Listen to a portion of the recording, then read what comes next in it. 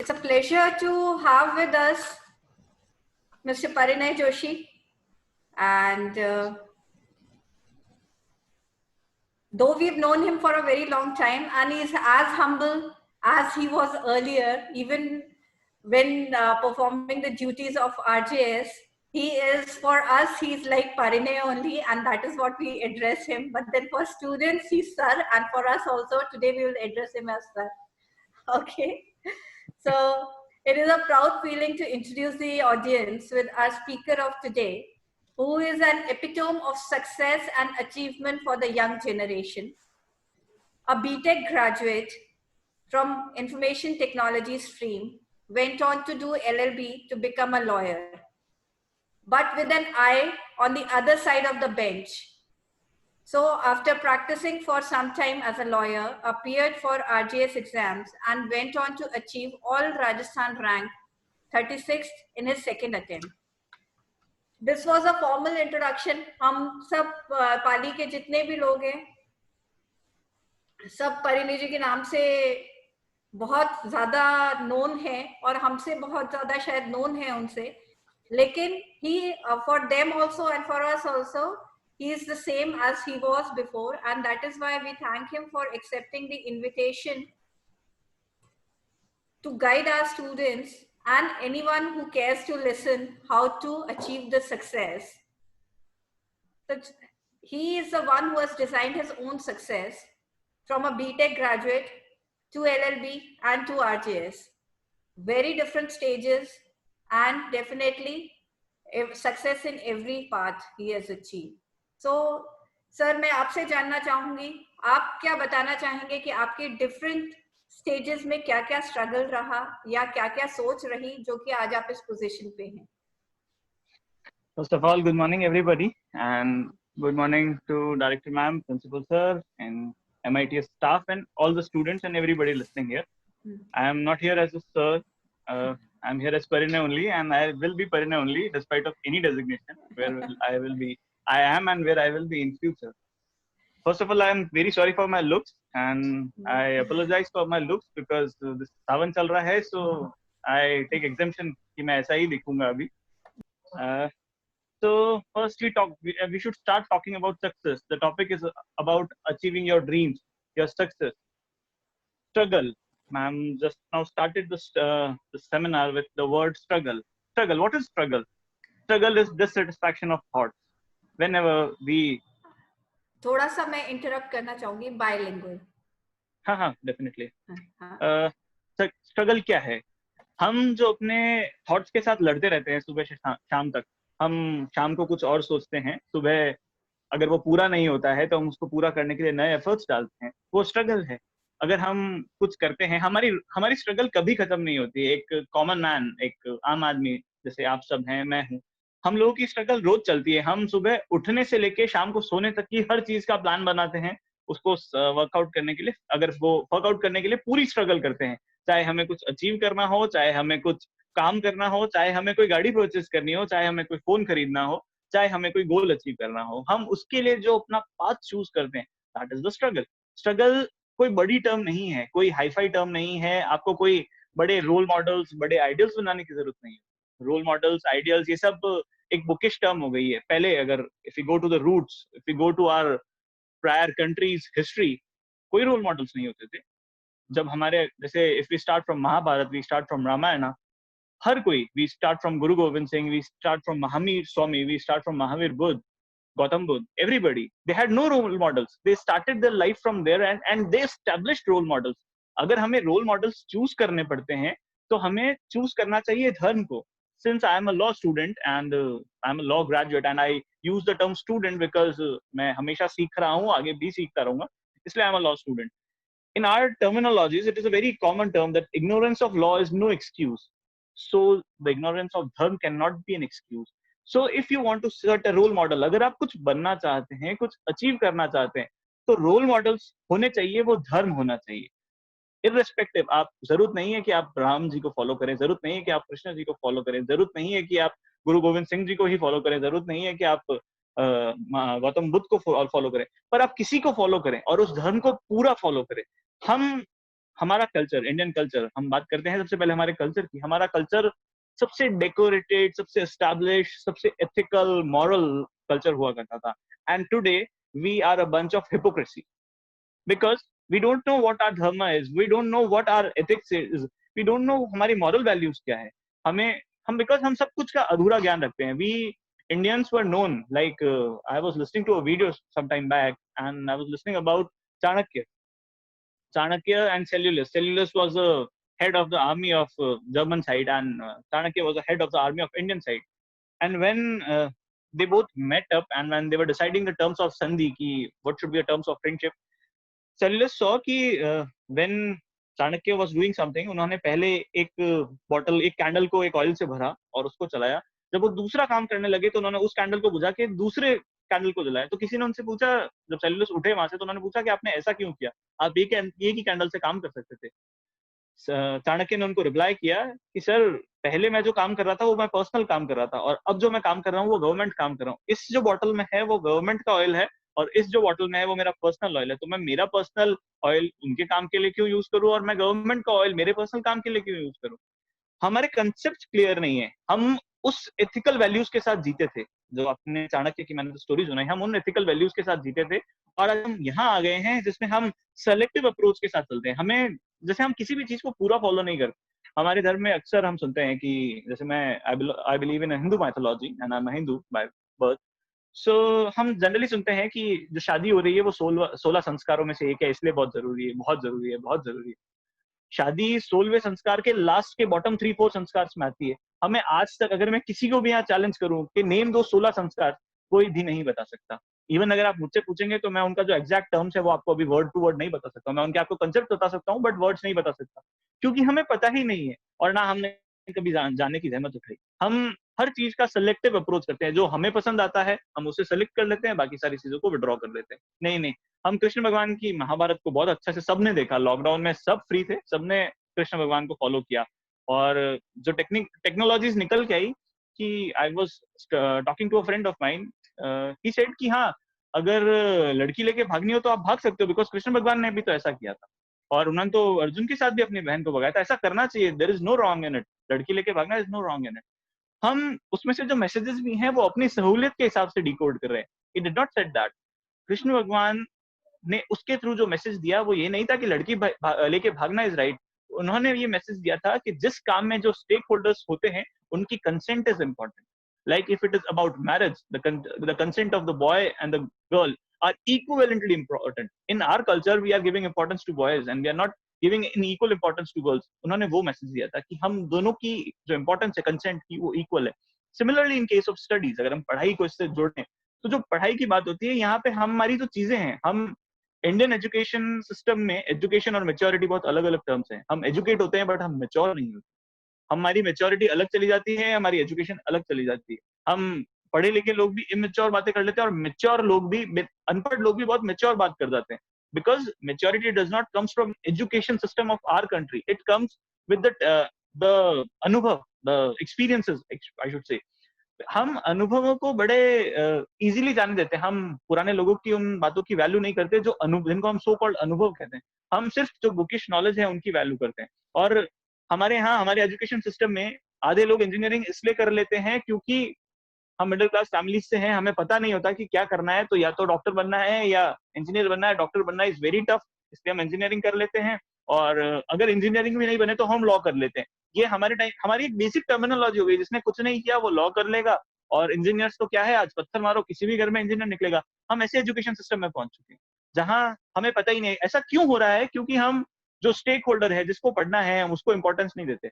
उसके पेरेंट्स जब बात करते हैं, जब डिस्कशन करते हैं कि ये तो छोटा है, इसे पता नहीं चलता, उसके जो टीचर्स होते हैं वो डिसाइड, हाँ हाँ ये तो छोटा है। जब सब्जेक्ट सेलेक्ट करने की बात आती है तब हम ये डिसाइड करते हैं कि 10th में जो बच्चा आता है, नहीं तुझे बोर्ड्स देने हैं, तुझे मेरिट में आना है, तुझे ऐसा करना है, तुझे वैसा करना है। और अगर वो बच्चा मेरिट में नहीं आता है, उसके थोड़े नंबर कम बनते हैं, तो ऐसा माहौल, ऐसा ऑरा क्रिएट हो जाता है जैसे उसने टेररिस्ट वाला अटैक कर दिया। इतना अजमल आमिर कसाब के साथ भी स्ट्रिक्ट एनवायरमेंट नहीं होता जितना एक 10th में फेल हो गए या फ्लंक हुए बच्चे के साथ होता है, जितना कि अजमल आमिर कसाब के साथ भी ऐसा नहीं होता जैसा हमारी कंट्री में एक 10th फेल बच्चे के साथ होता है। बिकॉज हम लोग तैयार नहीं है, हम बहुत इमेच्योर हैं ऊपर से लेके नीचे तक। हमने जब जो काम करना होता है उसमें स्टेक होल्डर्स आइडेंटिफाई करने चाहिए। जैसे सपोज कि अगर हम एजुकेशन की बात करें, पढ़ाई की बात करें, तो हमें आइडेंटिफाई करना चाहिए कि पढ़ना किसे। पेरेंट्स का काम है उनको एक गाइडेंस प्रोवाइड करना, साथ में एक प्लेटफॉर्म प्रोवाइड करना। टीचर्स का काम है उसकी को कोचिंग प्रोवाइड करना कि उसे वो कहीं गलत रास्ते पर ना चला जाए, उसे पता चले कि this is right, what is wrong, how to choose right and wrong. But हम जो स्टेक होल्डर है जिसने ये सब करना है उससे हम एंड में पूछते हैं। हमारे यहाँ बहुत जनरल फिनोमिनन है, आधे लोग ग्रेजुएशन करने के बाद सोचते हैं कि अब मुझे क्या करना है, because we don't have plans, हमारे कंसेप्ट क्लियर ही नहीं है, हम सोच ही नहीं रहे, बिकॉज हमारी आधी चीजें 12th तक की बेसिक चीजें हमारे पेरेंट्स डिसाइड करते हैं। आई एम फॉर्चुनेट इनफ, मेरे पेरेंट्स ने कुछ भी डिसाइड नहीं किया। And I will tell you a story today. शायद हो सकता है मेरे जो फ्रेंड्स अगर कुछ सुन रहे हैं, मेरे कुछ फ्रेंड्स भी होंगे इस लिस्ट में, वो सुन रहे हैं, उन्हें मेरी स्टोरी पता भी है। ये स्टोरी जो मैं सुनाने जा रहा हूँ, एक लड़का था, typical middle class family, single child, तो आप सोच लें, और सिंगल नॉन पैम्पर्ड चाइल्ड, एकदम स्ट्रिक्ट रूम में रहने वाला, स्ट्रिक्ट जो डिसिप्लिन होता है उसमें रहने वाला। साइंस, ऑब्वियस बात है, हम तो मिडिल क्लास में पैदा होते हैं तो हमको टैग मिलता है कि आपको तो साइंस ही लेनी है, या तो साइंस बायोलॉजी ले लो या मैथ्स ले लो। कॉमर्स आर्ट्स तो हमारे उसमें लिस्ट में होता ही नहीं, बिकॉज अगर साइंस नहीं लोगे तो नौकरी नहीं लगेगी, नौकरी नहीं लगेगी तो छोकरी मिलेगी, और छोकरी नहीं मिलेगी तो पैसे नहीं मिलेंगे, नौकरी के साथ पैसे, छोकरी के साथ पैसे नहीं। आई did not meant it like that, but आपको कुछ नहीं मिलेगा हमारे हिसाब से। अगर आपने साइंस नहीं लिया तो मिडिल क्लास फैमिलीज में आपका डेवलपमेंट ब्लॉक हो जाता है। उस लड़के ने भी साइंस लिया, science biology. In fact in 11th ही was studying, as far as I remember, science biology. 12th में ही केम टू हिज फादर के, sir I am not able to study this biology, अगर मैं डॉक्टर बन गया, वैसे तो मैं बनूंगा ही नहीं, I am for sure, but अगर मैं डॉक्टर बन गया तो किसी के अंदर कैंची भूल जाऊंगा, किसी के अंदर ग्लव्स भूल जाऊंगा, इसलिए प्लीज मुझे छोड़ दीजिए, मैं नहीं डॉक्टर बनूंगा। तो फादर ने कहा फिर ठीक है, मैथ्स पढ़ो, पढ़ते नहीं हो तुम, बेवकूफ फेंक है। मैथ्स पढ़ी, and till I know 12th में he flunked in physics. Physics is the most terrific subject in science stream, and he flunked in that only. And as I said, middle class family, strict father, and 12th fail, 12th supplementary holder. सोचिए आपकी उसका क्या aura develop हुआ होगा। बहुत strict, मैं as far as मैं उनके पेरेंट्स को जानता हूँ, बहुत क्लोजली जानता हूँ, बहुत स्ट्रिक्ट डेवलपमेंट था, बहुत स्ट्रिक्ट ऑरा, सब कुछ बहुत स्ट्रिक्ट। ऑब्वियसली उनकी पेरेंट्स की होप्स डिस्ट्रॉय हुई थी, डिस्टॉर्ट हुई थी, तो दे वर नॉट हैप्पी। और उस लड़के को खुद को भी थोड़ा डिप्रेशन था कि यार अच्छा नहीं हुआ मेरे साथ, मैं तो कुछ करना चाहता था ऐसा। He finally somehow managed to pass that supplementary exam. He was declared 12th pass. He took an admission into some engineering college somewhere, because अभी हमारे राजस्थान बहुत सारे engineering colleges, let's say some engineering college. And since I am addressing an engineering college, तो मैं दूसरे institute का नाम नहीं ले सकता हूँ, because मुझे अगली बार भी एड्रेस करना है। This was just a joke. तो उन्होंने इंजीनियरिंग में एडमिशन ले लिया, उन्होंने इंजीनियरिंग कंप्लीट करते करते उनका ऑन कैंपस सिलेक्शन हो गया। Parents were happy, everybody was happy कि ठीक है, वेरी नाइस, इंजीनियरिंग कर ली, नौकरी लग गई। नौकरी करते करते, छोटी मोटी नौकरी करते करते ही रियलाइज्ड कि यार there is an identity crisis. I'll come to this identity crisis and I relate this with dreams and achieving success. He chose कि नहीं, I want to have my own identity, I'll do something else.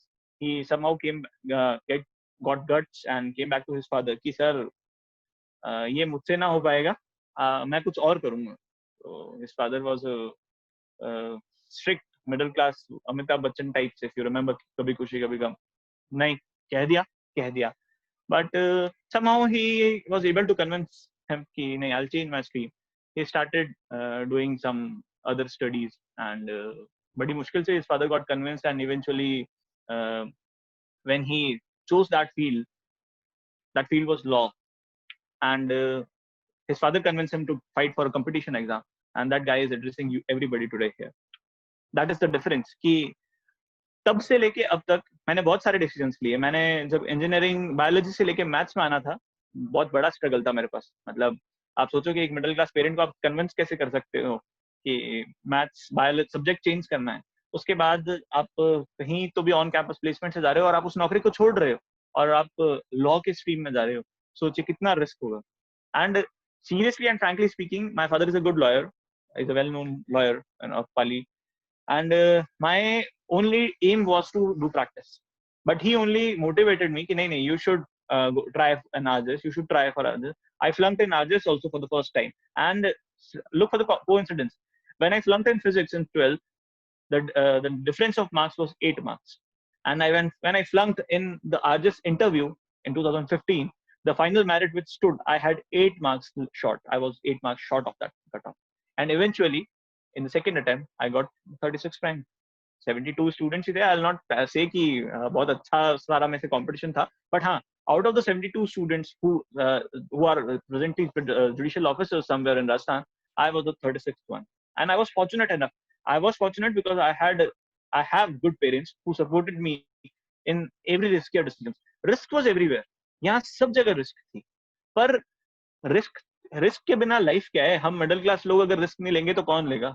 जो बड़े लोग होते हैं उनको risk से कोई मतलब ही नहीं होता. बाकी जो पूरी दुनिया है, अगर वर्ल्ड के टॉप 100 लोगों को, जो रिच पीपल है, उनको छोड़ दिया जाए, उसके बाद हम सब कॉमन आदमी तो है. हमें तो डेली रिस्क लेनी होती है. हम तो सोते हैं तब भी रिस्क लेते हैं कि क्या पता हार्ट अटैक ना आ जाए, right?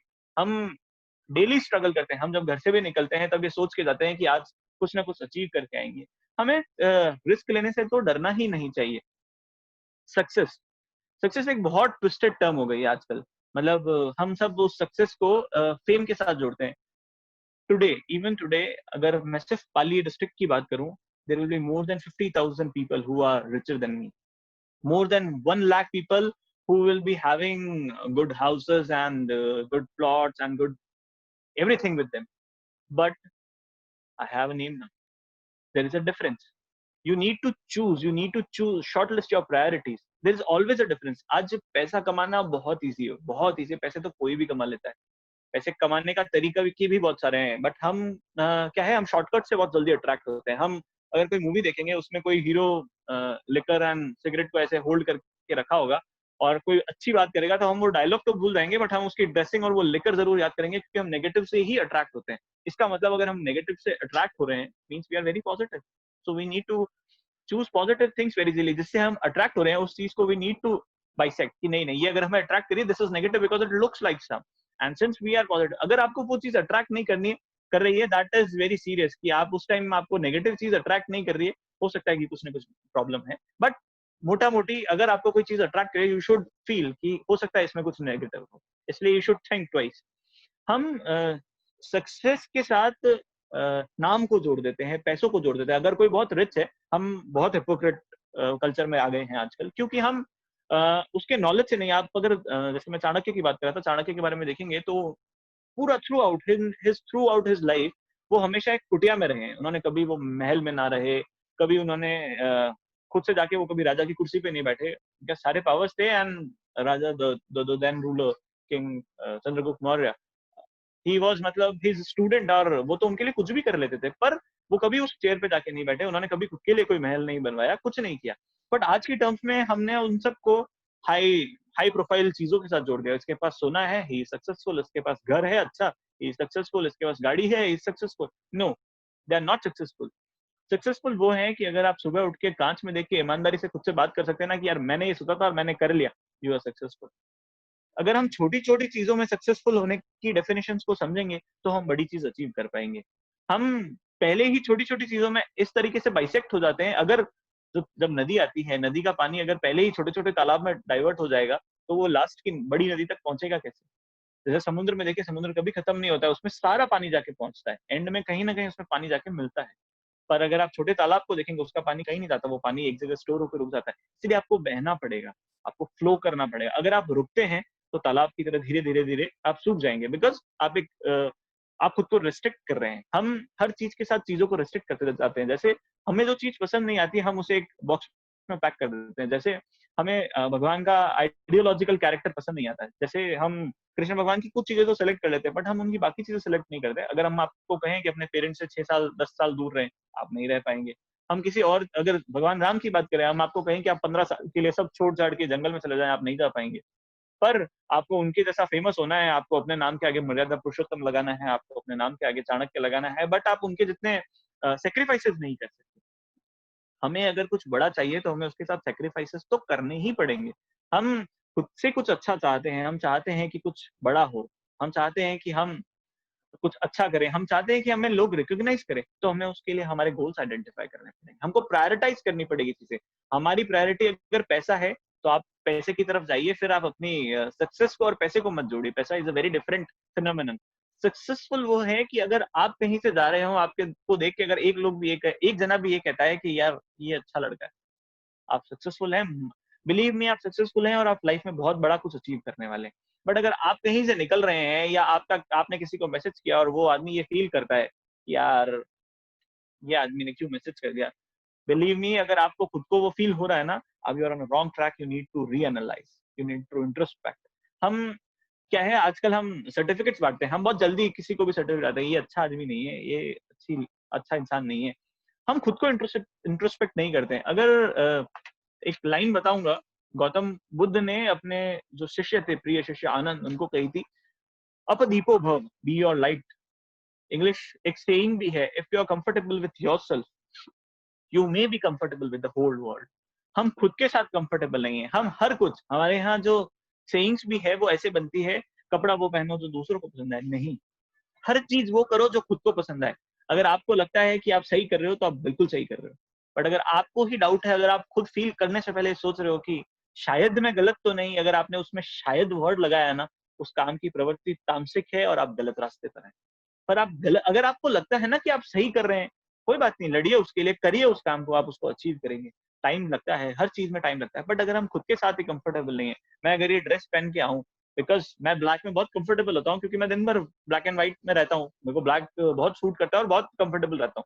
So I choose black, I did not mind. मुझे पता है मेरे कुछ फ्रेंड्स जो अगर कोई देख रहे होंगे वो जरूर मैसेज करेंगे, हर जगह नहीं ब्लैक पहनना चाहिए, तो क्या ब्लैक पहनना है। But that is a different thing. मुझे किसी को इंप्रेस नहीं करना है, मैं बहुत कॉन्फिडेंट फील करता हूँ। You need to be confident in yourself. You need to look for your own things. कि what I am doing is right and what I am doing is not wrong. If whatever you feel is the right. अगर आप किसी और पे depend करते हैं कि वो बताएंगे कि ये राइट है, अगर आप खुद के सब्जेक्ट्स 11th में सब्जेक्ट चूज करने के लिए आप किसी और पे डिपेंड करते हैं कि वो बताएगा या वो जो करेगा वो मैं कर लेता हूँ। हम आधे लोग तो इंजीनियरिंग के बाद एमबीए करना इसलिए मैंडेटरी मान लेते हैं बिकॉज खाने के बाद हाथ धोना बहुत जरूरी होता है। अगर चावल दाल के बिना नहीं खाए जाते, वैसे इंजीनियरिंग के बाद एमबीए करना उतना का उतना मैंडेटरी है। Not necessary. ऐसा नहीं है इंजीनियरिंग बुरी है, इंजीनियरिंग सबसे अच्छा फील्ड है। मैं इंजीनियर हूँ, मैं कह रहा हूँ इंजीनियरिंग सबसे अच्छा फील्ड है। और इंजीनियरिंग में आपके दिमाग के जितने भी दरवाजे होते हैं वो हर साइड से खुल जाते हैं। पर उसके लिए जरूरत होती है आपको करने की। आप इंजीनियरिंग अगर उस बेसिक ग्रेजुएशन के लिए करें, आजकल एक ट्रेंड बन गया है, हम इंजीनियरिंग में इसलिए एडमिशन ले लेते हैं कि कोई बात नहीं, इंजीनियरिंग ही तो है, हो जाएगी, एक डिग्री ही होगी। नहीं, उस डिग्री को, उस हर एग्जाम को इस तरीके से दीजिए कि ये आपका आखिरी एग्जाम है। मतलब मैं जो 10th की मार्कशीट है उसको, या 12th की मार्कशीट या इंजीनियरिंग मार्कशीट को मैं कुछ नहीं मानता हूँ। उनकी जो औकात होती है, sorry for my words, sorry for my language, but 10th की मार्कशीट की औकात 10th की मार्कशीट जितनी ही होती है। आप कभी भी किसी इंटरव्यू में जाएंगे तो वो सिर्फ आपको इतना पूछेगा कितने परसेंट थे, okay 65 above, okay fine fine. He will not even ask you आपके पीसीएम में कितने मार्क्स थे, he will not ask you आपके बायोलॉजी में कितने मार्क्स थे, he will not ask you आपके इंग्लिश में कितने मार्क्स थे। They will ask just for your percentage and वो भी 65 75 कुछ के अबव है, fine, they are fine with it. 12th same, engineering same. बात होती है आपके कैलिबर की। थ्री इडियट्स सबने देखी है, वो तो बेचारा 60% पास आउट था ना, राजू फरार नाइट्रेट। बट उन्होंने किया ना। एंड वो फेक स्टोरी नहीं है, वो रियल स्टोरी है। मैं खुद अपनी स्टोरी बता रहा हूँ कि मैं 12th फेलियर था, बट मैंने आज मैं जो भी हूँ वो इन चीजों को अडॉप्ट किया मैंने। मैं 12th तक नहीं पढ़ता था, और ऐसे नहीं पढ़ता था, मैं भी इसलिए ही पढ़ता था। अब मैंने पूरी engineering, to be very honest, मैंने पूरी इंजीनियरिंग ऐसे ही पढ़ी है कि रात को ये पढ़ना है बिकॉज सुबह पास होना है। But with the advent of time, मैं जैसे जैसे फर्स्ट ईयर सेकेंड ईयर के साथ आगे बढ़ा, तो मैं एजुकेट के साथ मैच्योर हुआ हूँ। आई हैव चूज कि नहीं, this is right, this is what I am doing is right and this is wrong.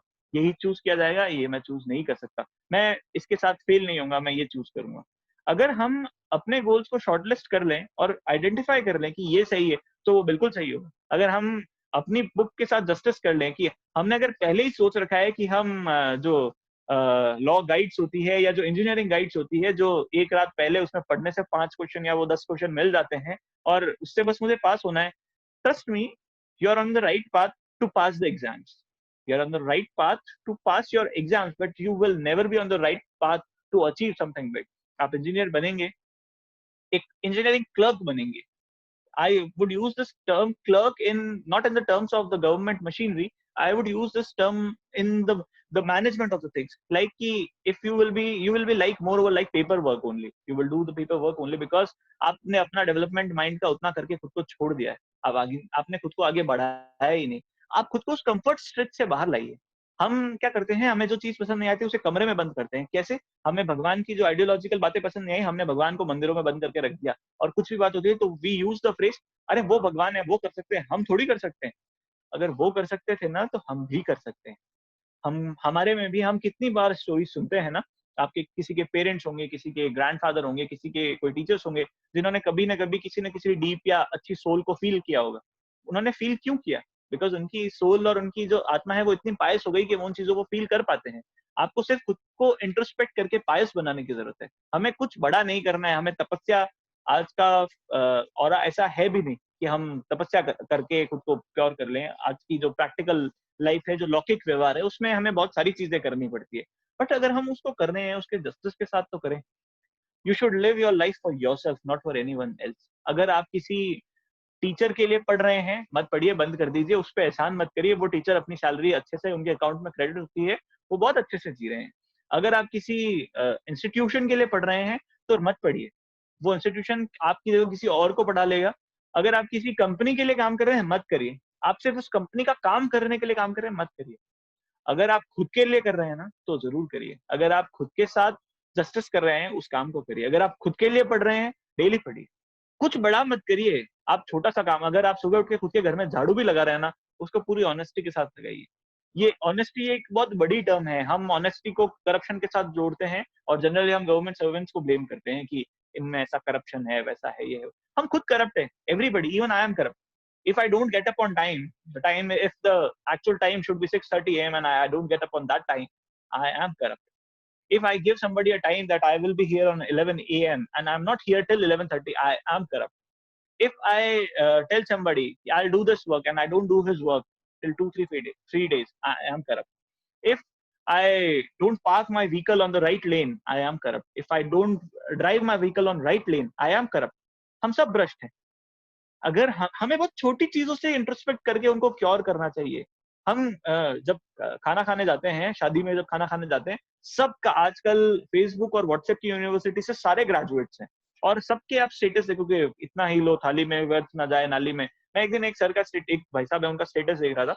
वो वही थे जो रात को एक रेस्टोरेंट में जब हम खाना खा रहे थे, वहां खाना खा के जब उठे, उसमें खाने की थाली में उन्होंने 2 रोटी 1 प्लेट सब्जी छोड़ के उठे, और सुबह उन्होंने स्टेटस लगाया था, इतना ही लो थाली में, व्यर्थ ना। ज्ञान नहीं बांटना है, ज्ञान नहीं बांटना है। लोग कर लेंगे, सबके पास व्हाट्सएप और फेसबुक और इंस्टाग्राम पे ज्ञान की अथाह सागर बह रहा है। मतलब इतनी डुबकियां लगा रहे हैं कि पता ही नहीं है कि कितना सागर बह रहा है। पर हम खुद से रियलाइज नहीं करें, हम खुद के साथ चेंज नहीं करें। हम चाहते हैं अरे वो भी सुधर जाए, ये भी सुधर जाए, सब सुधर जाए, मैं तो हूं जैसे चल जाएगा। नहीं, हमें खुद को, अगर हमने खुद को छोटी छोटी चीजों में सुधार लिया ना, हमने बेसिक खुद का रूटीन बना लिया। रूटीन का मतलब अनुशासन होता है। हम अगर सुबह टाइम पे उठते हैं, रात को टाइम पे सोते हैं, दिन में खुद के साथ कुछ टाइम बिताते हैं, अकेले में खुद से बात करते हैं, तो हम सब चीजों के साथ जस्टिस कर रहे हैं। हम हर काम को ऑनेस्टली कर रहे हैं। अगर मैंने सोच लिया कि आज मैं ये टॉपिक खत्म करूंगा, और मैं उस टॉपिक को खत्म कर रहा हूँ, चाहे 15 मिनट में करूं और चाहे 15 घंटे में करूं, पर आज उसको मैं टॉपिक को खत्म करूंगा, मैं खुद के साथ जस्टिस कर रहा हूँ। पर मैंने सोचा आज तो इंडिया का मैच है, वो देख लेता हूँ, आज उसका फोन आया है यार, उससे तो बात कर लेता हूँ, वो तो मुझे कब तक फोन करेगी। मैं खुद के साथ जस्टिस नहीं कर रहा हूँ। आप सब चीज करिए, मैं किसी भी चीज के लिए मना नहीं करता हूँ। आई विल टेल यू कि मैं मेरे आरजेएस के मेंस एग्जाम से 10 डेज पहले तक, नवरात्रि थे, मैं गरबा खेलने गया था। उससे पहले कोई स्टूडेंट यूनियन के इलेक्शन थे, मैंने उन इलेक्शंस में भी एक्टिवली पार्टिसिपेट किया है। Because I feel happy with things. You need to recharge yourself. आप लोगों को खुश ना करिए, लोग तो खुश हो जाएंगे। आप किसी को भी, माइंड माय वर्ड्स, आप किसी को भी खुश नहीं कर सकते, because everything comes with an expectation. Even if it is your teachers, your relatives, your friends, everybody, they come with an expectation, and if you will not be able to fulfill their expectations, they will not be happy with you. You need to keep yourself happy. अगर कोई आपके पास कोई गलत काम लेके आता है ना, उसको मना करिए। एक बार हिम्मत करके मना करिए, आपको बहुत खुशी फील होगी। अगर आपको कोई सब्जेक्ट बहुत पसंद है ना, सुबह उठ के एक दिन हिम्मत करके घर पे कहिए कि पापा मैं ये नहीं करना चाहता, मैं ये करना चाहता। आप खुद के साथ जस्टिस करेंगे, वो बहुत अच्छा होगा। और आप खुद के साथ इतना फ्रेश और खुश फील करेंगे ना कि आप सोच ही नहीं सकते। और वो जो खुशी होती है ना, वो आप खुद को रिचार्ज करती है। एक्चुअली अगर आप सबको पता हो तो जो हैप्पीनेस क्वोशिएंट होता है, उस उसमें इंडिया टॉप 100 में भी नहीं आ पाता है। मतलब टॉप 50 में तो नहीं आता है। क्यों? क्योंकि हम लोग अपनी खुशी को दूसरों की एक्सपेक्टेशंस के साथ जोड़ लेते हैं। नहीं, दिस इज वेरी रॉन्ग। हम अप्रोच ही गलत ले रहे हैं। हम जब भी किसी को मना करेंगे ना किसी भी चीज के लिए, चाहे हम खाना खाने के लिए मना करते हैं तो मम्मी नाराज हो जाती है, हम बाहर जाने के लिए मना करते हैं दोस्त नाराज हो जाते हैं, हम किसी को फेवर करने के लिए मना करते हैं तो वो रिलेटिव नाराज हो जाते हैं। ये लोग सब सब पूरी दुनिया आपसे हर पॉइंट पे नाराज होगी, किसी पॉइंट पे एक नाराज होगा, दूसरा खुश होगा, तीसरा नाराज होगा, चौथा खुश होगा। ये विशेष सर्कल है, चलता रहेगा और हम इससे खुद को बाइसेक्ट नहीं कर सकते। सबसे पहली प्रायोरिटी खुद को दीजिए। आप अगर खुद के साथ अच्छा करेंगे, आप सबके साथ अच्छा कर पाएँगे। अगर मैं करप्ट नहीं हूँ, मुझे पता है कि यार मैं इलॉजिकल, इल्लीगल काम नहीं कर सकता। कोई भी आता है, कोई भी आ जाए, मैं उसे अगर डायरेक्टली मना करूँगा ना, आई फील हैप्पी। मुझे उसके लिए बुरा लगता है कि यार ये मेरे पास क्यों आया, इसका काम नहीं हुआ, बट मुझे खुद के लिए बुरा नहीं लगता है, बिकॉज़ मैं मेरे एथिक्स के साथ कॉम्प्रोमाइज़ नहीं कर सकता। मैं अगर जो कोई काम मेरे बस का है और वो मैं लॉजिकली, लीगली भी किसी के लिए कर सकता हूँ, उसके लिए कोई मुझे अप्रोच करता है, I feel more than happy कि नहीं, I should help him, because उसके साथ मुझे बहुत खुशी फील होती है। मुझे लगता है मैं खुद के साथ जस्टिस कर रहा हूँ, सामने वाले के साथ जस्टिस कर रहा हूँ। बट मैं फालतू में अगर किसी के साथ कुछ भी उल्टा काम करूँ, हम क्योंकि एक हमारे यहाँ सबसे सिस्टमैटिक तरीके से यही चीज़ होती है करप्शन। करप्शन का मतलब not that money monetary corruption only, but everything. हम 6:30 बजे उठ के सोचते हैं यार 1 घंटा और सो जाऊँगा तो क्या हो जाएगा? 2 घंटे और, हम अलार्म को हर 15 मिनट से बंद कर दें। हम खुद के साथ चीटिंग ही तो कर रहे हैं। हम उन सब चीज़ों को बड़ा सिस्टमैटिक लगते हैं। अगर हम 6:30 बजे उठ रहे हैं, अलार्म बज गया, तो हम 1 घंटे बाद, एग्ज़ैक्ट 1 घंटे बाद, और हम अलार्म उसके बाद 7 बजे का नहीं, वापस 7:30 बजे का ही लगा के सोएंगे। क्योंकि हम खुद के साथ खुद को कम्फर्ट ज़ोन में डाल देते हैं। हम खुद को भी उस एक कमरे में बंद करना चाहते हैं, हम उससे बाहर नहीं निकलना चाहते। इसलिए हमें तालाब नहीं बनना है। अगर हमें कुछ अचीव करना है, तो हमें समुद्र बनना पड़ेगा। कोई कुछ भी कहे उसको ले लीजिए। ज़रूरी थोड़ी है कि हर चीज़ आपको इफ़ेक्ट करे, और किसी से क्यों इफ़ेक्ट होना? आपको पता है, आप खुद अपने को खुद की हिम्मत पता होती है कि क्या होता है। मैं खुद का एक और किस्सा सुना देता हूँ। मेरे फादर बहुत स्ट्रिक्ट हैं एंड ही वांटेड कि मैं एमटेक दूँ, मैं एमटेक करूँ, and because he is of the opinion कि आप जिस भी फील्ड में ग्रेजुएशन करें उसमें you need to achieve the doctorate, you need to do philosophy, and I am of the view कि मैं 4 साल इंजीनियरिंग कर लूँ, उसके बाद अगर 2 साल एमटेक कर लूँ और फिर 5 साल पीएचडी कर लूँ, तो मतलब मैं तो खत्म हो जाऊँगा। मैं 11-12 साल तो पढ़ ही नहीं सकता। इतना कोई पढ़ते हैं, और कौन-सा हम एक बार में पास हो जाते हैं, कल को फेल हो जाते तो? But he was of that view कि नहीं, आपको एमटेक देना है। तो मैंने 3rd ईयर में के साथ तब गेट दिया जाता था हमारे साथ। मैंने खुद ने फॉर्म भरा था और मेरे साथ मेरे 7 friends, we were 7 friends in our engineering college. हम सब ने वो फॉर्म भरा, सबने एग्ज़ाम दिया, बड़े अच्छे से, बड़े खुशी-खुशी, क्योंकि हम सब घूमने गए थे जयपुर, जोधपुर, अलग-अलग जगह पे। तो हम बहुत खुश थे कि यार हम एग्ज़ाम देके आए। जब रिज़ल्ट आया, उसका रिज़ल्ट सीधा पोस्ट से आया था। पहले इंटरनेट पे रिज़ल्ट नहीं आया करता था गेट का, सीधा पोस्ट से जब रिज़ल्ट आया, तो मेरी मदर ने वो रिज़ल्ट देख के मुझे दे दिया कि ये क्या, उन्हें समझ नहीं आया, बड़े सारे कॉलम्स थे उसमें, उन्होंने मुझे दे दिया। मैं उसको कॉलेज लेके गया और मैंने मेरे हम सब सातों फ्रेंड्स एक ही डेस्क पे बैठा करते थे, हम सबने डिस्कस किया। तो उसमें जो पासिंग, जो क्वालिफाइंग मार्क्स, कट ऑफ तो छोड़ ही दीजिए, उसको तो भूल ही जाइए। जो कट पासिंग मार्क्स थे ना, वो थे 25, and I was the top scorer in my group with 12 marks, and मेरे जो बाकी के 6 फ्रेंड्स थे, हम सातों के स्कोर मिला के भी 25 क्रॉस नहीं हो रहे थे, बिकॉज़ हमारा एक बहुत अच्छा फ्रेंड था, उसके -5 मार्क्स थे, माइनस मार्किंग हुआ करती थी, एंड इसीलिए हम पूरा ग्रुप भी मिलके उस एग्ज़ाम को क्वालीफाई भी नहीं कर पाए थे। And today I will tell you, everybody is a successful person. मेरे एक फ्रेंड की खुद की कंपनी है, एक फ्रेंड मेरा 2 मेरे फ्रेंड्स हैं वो गवर्नमेंट सर्वेंट है, एक मैं हूँ आपके सामने।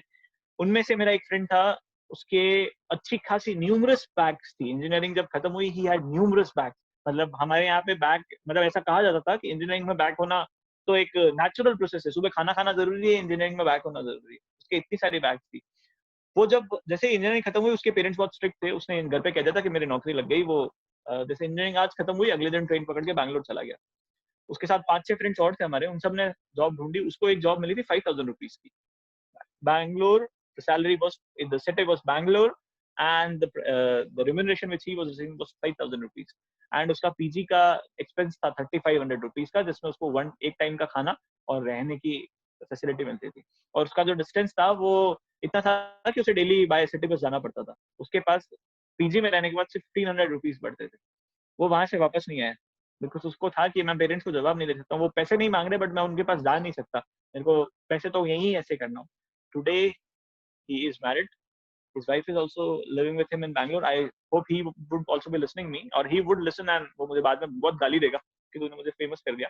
पर today what he is earning is around 45 bucks, 45,000 bucks per month.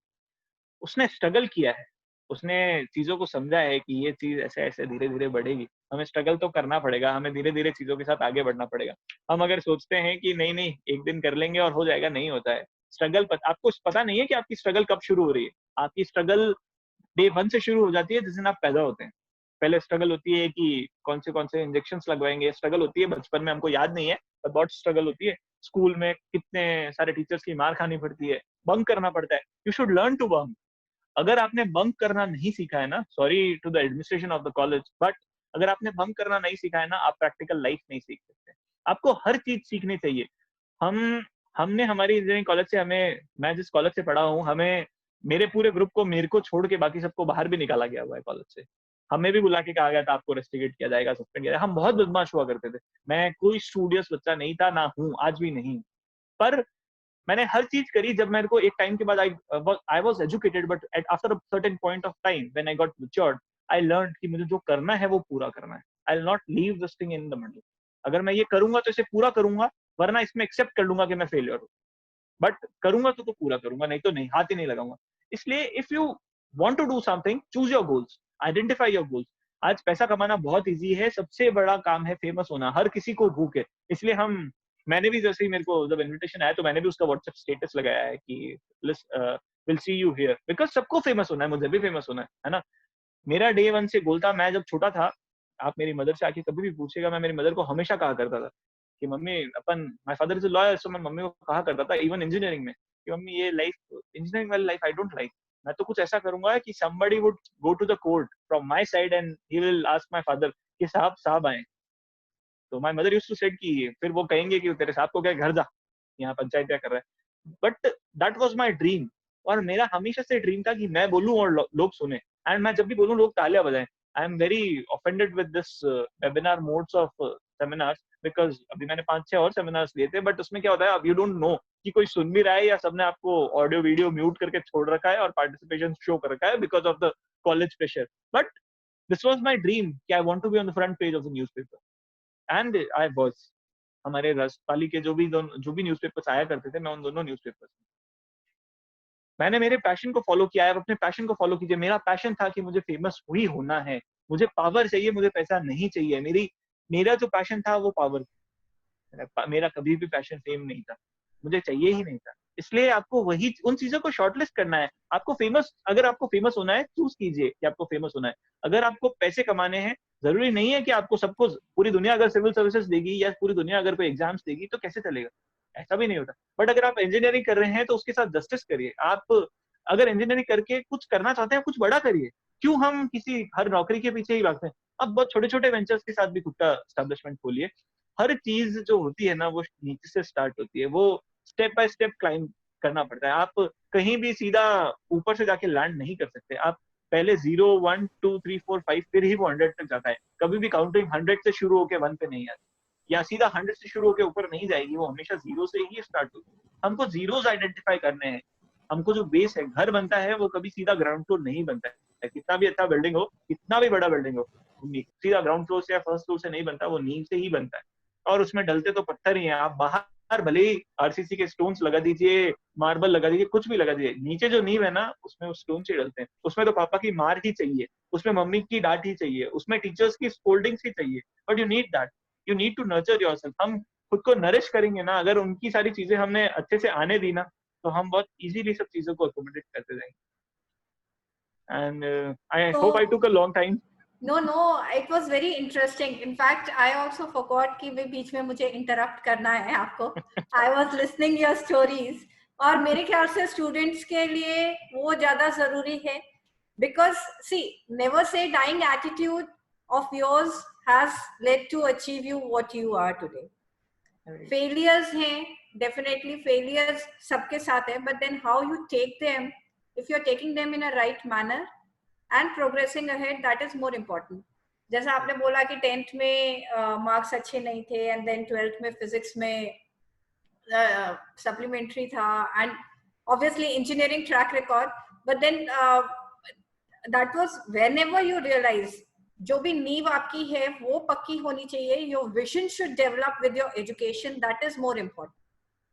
मतलब मुझे ऐसा लगता है कि खाली पढ़ने के लिए नहीं, and I fully agree with what you said कि खाली पढ़ने के लिए नहीं पढ़ना है.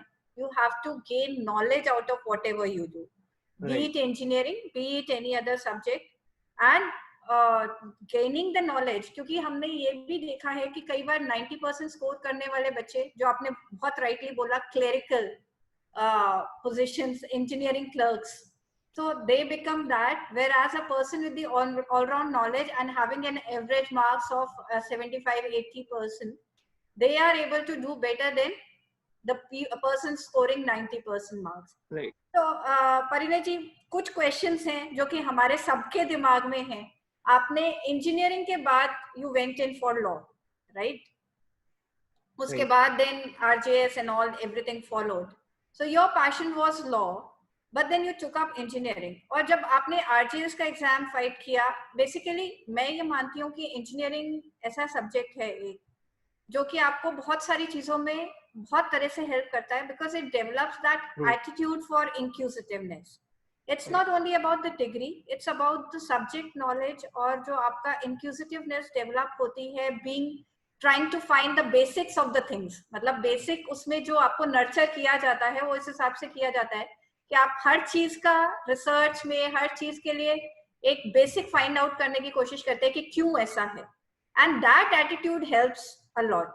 सो आपका जो इंजीनियरिंग का बैकग्राउंड था, did it really help you, और एटीट्यूड जो डेवलप हुआ उस टाइम पे, जो did it really help you in fighting your exams and coming to that stage? मतलब किसी तरह से उसने आपको हेल्प किया? एब्सोल्युटली. इंजीनियरिंग एक बहुत बड़ा टर्म है, मतलब इतनी बड़ी स्पेलिंग है कि हम एक साथ बोल भी नहीं सकते. इंजीनियरिंग एक बहुत वाइड टर्म है, और इंजीनियरिंग जो सिखाती है ना, वो शायद कोई भी कोर्स नहीं सिखा सकता. इंजीनियरिंग से मुझ में एक एटीट्यूड आया था. एक एटीट्यूड, वो एटीट्यूड था कि आपको एक साल में हर 2 बार ही एग्जाम देने हैं, और अगर आप उसको थोड़ा और एनालाइज करिए तो एक सेमेस्टर में आपको 2 मिड टर्म और एक यूनिवर्सिटी एग्जाम देना है. मतलब एक साल में in every 2 months you are giving exam, और हर 6 महीने में आपकी बुक्स चेंज हो जाती है. मतलब स्टूडेंट लाइक मी, जिन्होंने जो बुक्स परचेज करी है, उन बुक्स को आप समझें या उनको एक्सप्लेन करें, उससे पहले ही चीजें चेंज हो जाती है. तो जो सिलेबस हम फर्स्ट सेमेस्टर में हमको मिलता था, सेकेंड सेमेस्टर तक वो पूरा सिलेबस ही चेंज हो जाता था. तो आपको एक एटीट्यूड डेवलप होता है कि चीजें चेंज होती है और आपको फटाफट अडाप्ट करना चाहिए. मतलब आप रुक के वेट नहीं कर सकते हो एक साल का, बिकॉज एक साल में पड़ा जो लोहा होता है उसको जंग लग जाता है. वैसे ही अगर आप अपने दिमाग को, इट इज एन आयरन, अगर आप इसे ऐसे ही छोड़ देंगे तो ये फ्लक्चुएट करेगा या खराब हो जाएगा. बट अगर आप इंजीनियरिंग स्टूडेंट हैं तो आपको बहुत जल्दी कोप अप करना पड़ता है, because engineering college, sorry to the administration, but आप इंजीनियरिंग कॉलेज वाले हम बच्चों को बहुत परेशान करते हैं. असाइनमेंट्स दे दो, ये कर दो, क्लास टेस्ट दे दो, मिड टर्म्स दे दो, प्रोजेक्ट सबमिट कर दो, ऐसा कर दो, वैसा कर दो. मतलब you don't allow our mind to stop. And अगर आप इंजीनियरिंग जब करते हैं, at least in my college it was not that, and I know, as far as I am concern with your college, I know that आप भी बहुत परेशान करते हैं, बिकॉज आप लोग बहुत बच्चों को बहुत नरिश करते हैं. तो जब बार बार आप कुछ ना कुछ चीजें करते रहेंगे, आप कंटिन्यूसली फ्लो में रहते हैं, तो आपका माइंड कंटिन्यूसली वर्क करता रहता है. हम उससे बचने के तरीके ढूंढते हैं. जैसे मैं मेरा बताऊं, इंजीनियरिंग के फर्स्ट ईयर में मशीन ड्राइंग और इंजीनियरिंग ड्राइंग फर्स्ट ईयर और सेकंड सेमेस्टर में हुआ करते थे. And I am very bad even till today in drawing. But drawing से, और मुझे इतनी नफरत थी कि मैं ड्राइंग की भी पेन बॉक्स भी नहीं बना सकता हूँ. तो मैंने आइडेंटिफाई कर रखे थे मेरे 8 फ्रेंड्स कि इन आटो की ड्राइंग अच्छी है और ये आटो अलग अलग शीट्स मेरे को बना के देंगे जो मैं प्रोजेक्ट में सबमिट कर दूंगा. तो उन 8 को आइडेंटिफाई करने में भी तो मुझे मेहनत करनी पड़ती. उन लोगों को आइडेंटिफाई, वो जो एटीट्यूड आता है वो आपको इंजीनियरिंग से मिलता है. आपको एग्जाम से बचने का, आपको परफेक्ट क्वेश्चंस फाइंड आउट करने का, आपको सेलेक्टिव चीजें पढ़ने का, स्मार्ट स्टडी, जो स्मार्ट स्टडी वाला जो कंसेप्ट है कि आपको सब नहीं पढ़ना है. Vast study is not my cup of T. I can not study 12 hours a day. मतलब in my case it was when I got selected in RJS, a friend of mine who was my college mate, and he today, that like in today's evening the result was out and newspaper people called me कि sir आप कितने घंटे पढ़ते थे. तो I said कि मैं 2 घंटे पढ़ा करता था. तो उनको पता नहीं कुछ लगा होगा. ही रोट कि उन्होंने कहा कि ये प्रतिदिन 10 से 12 घंटे पढ़ाई करते थे. सुबह सुबह मेरे फ्रेंड ने फोन किया, वो मेरे को बधाई तो देना भूल गया. फोन करते उसने मुझे गाली दी कि साले तेरे कारण मेरे पापा मेरे को डांट रहे हैं.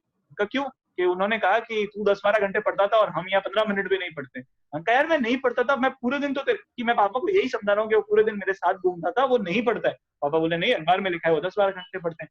वो जो एक एटीट्यूड था ना स्मार्ट स्टडी वाला, 1 से 2 घंटे ही पढ़ना बट डेली पढ़ना, वो मुझे इंजीनियरिंग ने सिखाया था कि थोड़ा थोड़ा ही तो पढ़ना है, बस पास होना है। जो 80 मार्क्स और 100 मार्क्स वाला, जो 40 मार्क्स और 24 मार्क्स वाला जो क्राइटेरिया था, उसको कैसे पार करना है, that was the criteria and that made me do smart study and that is all because of engineering. और क्योंकि उसकी नरिशिंग मिली थी मुझे, मेरी नींव इंजीनियरिंग की थी, तो मुझे ऊपर बिल्डिंग बनाने में बहुत ईजी था। It was very helpful. So what I understand is engineering is all about developing your attitude rather than cramming the books. Perfect. मतलब आज की तारीख में सर हमने भी बहुत सारे बच्चों को देखा है। In fact I am in touch with so many people जो कि इंजीनियरिंग के बाद they've taken up various fields like advertising, बहुत ज्यादा। और आप देखेंगे जितने भी क्रिएटिव लोग हैं वो ज्यादातर इसी तरह के बैकग्राउंड से हैं। they've taken up engineering और उसके बाद they've gone into some other field. तो मेरे को ऐसा लगता है it's a stepping stone rather than जो हम लोग ये सोचते हैं कि यही एक बैंकिंग चीज है हमारे लिए। It's a stepping stone for everyone, the students of engineering, that they can choose any field of their interest once they move out or once they complete their graduation. लेकिन साथ में ये भी जरूरी है कि दूसरे स्टूडेंट्स जो हैं, जो दूसरे डिग्री प्रोग्राम्स हम लोगों के रहते हैं जैसे BA, BCom, BSc and all, उनके स्टूडेंट्स भी बहुत अच्छे परफॉर्म करते हैं कंपटीशन में। इंजीनियरिंग तो क्लास अपार्ट होता ही है बिकॉज एक बेस रहता है मैथमेटिक्स का और लॉजिकल डिडक्शन, जैसे हमने बोला अभी शुरू में कि बेसिक्स उनके बहुत स्ट्रांग रहते हैं इंजीनियरिंग स्टूडेंट्स के। बाकी सबके शायद लॉजिकल बेसिक्स इतने स्ट्रांग नहीं रहते हैं, लेकिन परफॉर्मेंस उनकी भी, and obviously they also need to make the careers. तो उनके लिए आप क्या सजेस्ट करेंगे? Though you are from engineering background, but फिर भी एक मैं चाहूंगी कि आप बच्चों को एडवाइस करें कि from different fields what the students should do, मतलब क्या डिफरेंस होगा उनकी प्रिपरेशन में और क्या डिफरेंस होगा इंजीनियरिंग स्टूडेंट्स की प्रिपरेशन में, so that they can progress in life. I think there should be no difference. Like being from an engineering background, if I talk about civil services, let us take an example of civil services. Civil services was considered to be moreover a subject of arts background. It is somewhere related to arts. So if somebody who's coming from science background, he need to cope up with the arts arts things. And if somebody who's coming from arts background, even if he wants to cope up with the UPSC exam, according to the syllabus, he need to cope up with the logical deduction, that is the science background. So in today's structure, particularly if we talk about some dignified exams, everything is required. You cannot stick to a particular stream. Like even if you are giving a UPSC exam, you need to study logical deduction, you need to study public administration. Similarly, if you are giving some other exam, even if you are from any field, you need to study accounts also. Basic maths everywhere is required. Basic administration everywhere is required. Basic deduction, logical reasoning is required everywhere. So when we are studying, like if I am from an arts background supposedly, and I am doing some BC or something, at the particular time of my graduation, I should be more focused on my subjects, as well as I need to identify the pros and cons of the other subjects and what are the benefits of other subjects. Matlab, we should not restrict ourselves to one particular thing. Degrees are just a piece of paper which will only be like a movie hall का ticket, कि आपको अपनी जिंदगी के आगे में क्या movie चलानी है, डिग्री सिर्फ उसका एक छोटा सा टिकट होता है और वो आपको वापस भी नहीं मिलता है, उसको चेंज भी नहीं कर सकते। एक बार एंटर करिए, उस मूवी को देखिए, छोड़ के जाना हो, दूसरी मूवी में जाइए, पर वो उस डिग्री का काम उतना ही होता है। हमें खुद को रिस्ट्रिक्ट नहीं करना चाहिए। हम जो रिस्ट्रिक्टिव पढ़ाई करते हैं, हमें सब चीजें आइडेंटिफाई करनी चाहिए। What I was talking about education as well as maturity. Maturity does not mean कि reading books, but it means to learn from experiences. हम सब कुछ नहीं पढ़ सकते। हमारा जो एजुकेशन सिस्टम है, मैं साइंस भी पढ़ लूँ, आर्ट्स भी पढ़ लूँ, कॉमर्स भी पढ़ लूँ, that is illogical and not impossible. But I can learn from experiences of other people. I can, like if I'm from arts, I should talk to science math people, engineering people, science background people, so that I can learn what goods they have. If I'm from commerce background, I should talk to arts people, ki what are the good they have on language. If I'm from other field, I should talk about to literature people, so that I can learn about all sort of spheres from the things. Okay.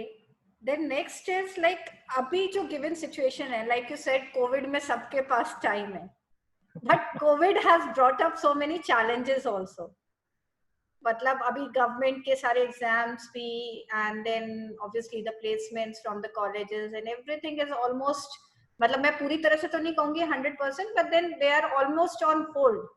तो इस situation में how do students prepare themselves कि आगे कौन कौन से exams particularly किस तरह से ध्यान रखें और किस तरह से खुद को प्रिपेयर्ड रखें कि कभी भी एग्जाम्स जब भी डेट्स अनाउंस होती हैं, not only the government but the particular corporate placements also I'm talking about. So what do you think should the students do? How should they prepare themselves ki or keep themselves abreast? क्योंकि obviously आप बहुत time खाली बैठे हैं, and especially when I talk about the students, colleges regular classes नहीं हो रही हैं because obviously we cannot have everywhere, it's all around India, regular classes नहीं हो रही हैं, तो स्टूडेंट शेड्यूल्स रहते हैं, ऑब्वियसली समटाइम्स घर से होता है, तो कभी नेट का प्रॉब्लम है, कभी टीचर जो ऑनलाइन पढ़ा रहे हैं उसमें हम इंटरेस्टेड नहीं है पढ़ने में, offline we are interested, but ये जो गैप आएगा 3 4 5 6 महीने का, अगर आप नहीं पढ़ेंगे तो obviously you can not cope up. ऐसा कुछ नहीं है कि आज सिलेबस अगर कम कर देते हैं गवर्नमेंट, लाइक यू सेड कि नॉलेज, क्योंकि those topics are important, may be ये नहीं है कि वो एग्जाम पास करना या एग्जाम देना अभी नहीं हो रहा है, तो वो आपके लिए अगर वो टॉपिक्स ऑल टुगेदर जैसा गवर्नमेंट कर रही है सिलेबस में कि रिमूव कर दिया, तो वो किस तरह से बच्चों को इम्पैक्ट करेगा, and in this situations what the students should do? This is the best time, मतलब in the period of last 50 60 100 years जो भी मैंने एक्सपीरियंसेस से सुना है, this is the best time to introspect everything. हम हमारी जो कैपेबिलिटीज होती है, अगर हिंदी में कहूँ तो हमारी जो औकात होती है वो हमें ही पता होती है। जैसे मुझे पता था कि मैं आईआईटी के एग्जाम के लायक नहीं हूँ, मैंने फॉर्म भरा था पेरेंट्स को सेटिस्फाई करने के लिए, बट मैंने उसका कभी सिलेबस भी डाउनलोड नहीं किया, बिकॉज आई न्यू कि मैं उसके साथ जस्टिस नहीं कर सकता हूँ। मुझे पता था मैं लाखों में एक हूँ, मेरी आईआईटी में रैंक थी 3.5 लाख या 4.5 लाख की, मेरी AIEEE में रैंक थी लाखों में एक था मैं तब थी, बट जहां मुझे पता था ना कि मैं हजारों में एक हूँ या 100 में एक हूँ, मैंने वो एग्जाम फाइट किया। इसके लिए मुझे खुद को इंट्रोस्पेक्ट करना पड़ा बहुत, मुझे खुद की पैशन, मैंने जब तक मेरी पैशन डिकोड करी तब तक मैं मेरी ग्रेजुएशन कंप्लीट कर चुका था। मुझे उसके बाद पीछे से मेरा दिमाग आगे आया कि अरे मुझे तो ये भी करना है, ये करना है, मुझे वो नहीं करना है। पर हम जब तक हमको चीजें आइडेंटिफाई करनी, हम जब तक अकेले नहीं, हम एक्चुअली भीड़ से घिरे हुए हैं, हम भीड़ चाल चलते हैं कि इंजीनियरिंग के बाद MBA करना बहुत जरूरी है, इसके बाद मास्टर्स करनी बहुत जरूरी है। नहीं, कुछ किसी के बाद कुछ जरूरी नहीं है, जरूरी है आपका खुद के साथ जस्टिस करना, खुद के साथ आइडेंटिफाई करना। और आप जब अकेले होते हैं ना, सबसे अच्छा टाइम था लॉकडाउन का, आप किसी से नहीं मिल सकते हो, ज्यादा फोन पे बात करने की आपकी इच्छा होती नहीं है, और आप अकेले रहते हो, उसमें आप खुद के साथ इंट्रोस्पेक्ट करते हो और खुद से बातें करते हो। जब आप खुद से बातें करते हो तो आप सब चीजों के साथ जस्टिस कर पाते हो। और खुद से बातें करके जो ये गैप है, आपने कहा कि online education is having challenges, जब ऑफलाइन एजुकेशन भी होती है तो जब टीचर्स पढ़ाते हैं तो हम बच्चे कौन सा पढ़ लेते हैं, हम उसमें भी पीछे बैठ के प्लेन उड़ाते हैं, हम करते हैं, बट ये हमको एंजॉयमेंट के तरीकों के साथ पढ़ना बहुत जरूरी है। This is the most golden time. इसके बाद जो भी कोई अच्छे एग्जाम होते हैं या जो भी बोर्ड्स के रिजल्ट्स आ रहे हैं, इसमें जो बच्चे टॉप कर रहे हैं, जिनके एग्जाम्स आफ्टर लॉकडाउन हुए हैं या जिनके कुछ पेपर्स आफ्टर लॉकडाउन हुए हैं, mind my words, they are the actual cream of the society. वो एक्चुअली इंटेलिजेंट है बिकॉज उन्होंने उस पर्टिकुलर जो आइसोलेशन का टाइम था उसको खुद पे हावी नहीं होने दिया, उन्होंने उस टाइम में भी खुद के साथ इंट्रोस्पेक्शन किया और वो उस सिनेरियो के साथ लड़ के डिफरेंट सिचुएशन से फाइट करते गए। हमें वही नेवर डाइंग वाला एटीट्यूड, नेवर लूजिंग होप वाला एटीट्यूड कंटिन्यू रखना है और खुद के साथ कंफर्टेबल होना है। अगर हम इस आइसोलेशन टाइम को, if I am not comfortable with my self, तो मैं आपके साथ कैसे कंफर्टेबल हो सकता हूँ? अगर मैं खुद का ये लेक्चर 1 घंटे बाद नहीं सुन सकता हूँ तो मैंने बहुत ही घटिया बोला है 1 घंटे में। इसलिए हमें उस टाइम में वो चीजें आइडेंटिफाई करनी चाहिए। हमें कोई जरूरी नहीं है ऑनलाइन कोचिंग की, हमें ये भी जरूरत नहीं है कि हर बच्चे को ऑनलाइन कोचिंग मिले, हर बच्चा ऑनलाइन कोचिंग को प्रीफर करे, जरूरी नहीं है। पर वो बच्चे इस टाइम पे आइडेंटिफाई तो कर सकते हैं उन्हें क्या करना है, हम हमारे गोल्स आइडेंटिफाई कर सकते हैं। हम अपने हिसाब से, अगर सपोजिटली कि मैं बहुत वीक फैमिली से हूँ और मेरे पेरेंट्स अफोर्ड नहीं कर सकते हैं, they can not send me to Delhi, Mumbai और सम गुड इंस्टीट्यूट, तो भी I will find out a way ना to achieve my goals. You need to do that only. हमें लिमिटेड रिसोर्सेज में बहुत एक्सट्रीम चीजें कैसे अचीव करनी है उसका फ्रेमवर्क बनाना है, और वो कोई और नहीं बता सकता। मैं सोचूं कि मुझे मेरे पापा बताएंगे, उनको जब तक बताना था he played his role very well, but अब मैं सोचूं कि मुझे कल क्या जजमेंट करना है वो मुझे मेरे पापा बताएंगे, नहीं बता सकते, बिकॉज उसके साथ मैं जस्टिस नहीं कर पाऊंगा, उसके साथ वो जस्टिस नहीं कर पाएंगे। तो there should be differences, we need to identify कि कौन किस चीज को कैसे अचीव कर सकता है। हमारे गोल्स हम ही तो आइडेंटिफाई कर सकते हैं और कोई कैसे कर पाएगा? हम एक्चुअली किसी पर डिपेंडेंट नहीं होंगे ना, तो हम चीजें आइडेंटिफाई करेंगे। और क्या ऑनलाइन कोचिंग या ऑफलाइन कोचिंग नहीं थी, वो बच्चे कहीं सक्सेस नहीं किए, वो उल्टा ज्यादा सक्सेसफुल रहे हैं, बिकॉज उनको अपने प्रोज एंड कॉन्स खुद ने आइडेंटिफाई किए और अपना रास्ता बनाया। मैं ये नहीं कहूंगा ये सब चीजें गलत है, ऑनलाइन कोचिंग वगैरह सब साथ में चलना चाहिए, बिकॉज आधे बच्चे मेरे जैसे होते हैं जिनको स्पून फीडिंग चाहिए होती है। हमें अगर आप आंसर लिख के नहीं दोगे तो हम नेक्स्ट डे कुछ लिख भी नहीं सकते। So but we need to at the same time we need to analyse and identify the ways out कि इस सिचुएशन से निकालने का वे क्या है। और इससे टफ सिचुएशन, कोविड से टफ सिचुएशन तो आपको मिल ही नहीं सकती खुद को इंट्रोस्पेक्ट करने की। जो बच्चे अभी इस सिचुएशन में बड़े हो रहे हैं ना, जो 20 से 30 के बीच में है, जो यूथ है, जो भी लोग इस टाइम में बड़े हो रहे हैं और जिन्होंने ये पर्टिकुलर फेज में खुद को फील किया है, वो कभी भी लाइफ में सक्सेसफुल नहीं हो सकते, बिकॉज उन्होंने स्ट्राइव करने के तरीके ढूंढ लिए। And necessity is the mother of invention. So this period is the mother of invention and we need to invent ways out. उसी से तो रास्ता बनेगा। Very right. I simply agree with what you said, क्योंकि इससे ज्यादा plain words में कोई put भी नहीं कर सकता है।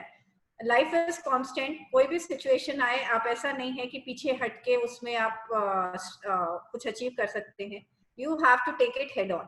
मतलब आपको जितनी भी situations आ रही हैं, आपको सारी head on लेनी है और उसके against में या उसके साथ में खड़े होके आपको अपना रास्ता निकालना है। That is very important for everyone. एक जो सबसे इंपॉर्टेंट क्वेश्चन है आज के यूथ के लिए is what is the plan B of life. आपने जो एक रास्ता चुना अपने लिए, fortunately you are able to achieve what you wanted.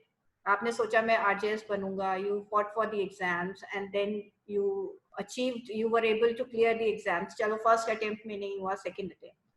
लेकिन what is the plan B for the life? In case अगर selection नहीं होता है, so आपको क्या लगता है कि कितना, मतलब क्योंकि आजकल हम जब अपने छोटे limitations की बात करते हैं, छोटे areas की बात करते हैं, जैसे अगर मैं पाली सोजत अपनी जो बेल्ट है उसकी बात करूं, तो स्टूडेंट्स गवर्नमेंट जॉब्स और सिविल सर्विसेज तो एक ड्रीम है सबके लिए। गवर्नमेंट जॉब्स के अलावा कुछ ऑप्शन अपने दिमाग में सोचते नहीं हैं। बट कितना सही है कि केवल हम गवर्नमेंट जॉब्स के लिए स्ट्राइव करें और प्लान बी लाइफ में नहीं रख के later on we have a problem कि हम लोग we stand no where because we wasted 2, 3, 4 years in the preparations and उसके बाद वी आर नो वेयर। 4 साल हमने खराब कर दिए, we haven't taken up any job just what because we want to strive for the civil services। और उस time में जो हमारा डिग्री जब हमने कंप्लीट की थी, जब हमारे पास ऑफर्स आ रहे थे, वो हमने लिए नहीं और 4 साल में जो ऑफर्स आए हम सब छोड़ते चले गए। उसके बाद आज ना तो हमारे हाथ में गवर्नमेंट जॉब का ऑफर है और ना हमारे पास कोई कॉर्पोरेट सेक्टर या प्राइवेट सेक्टर का जॉब है।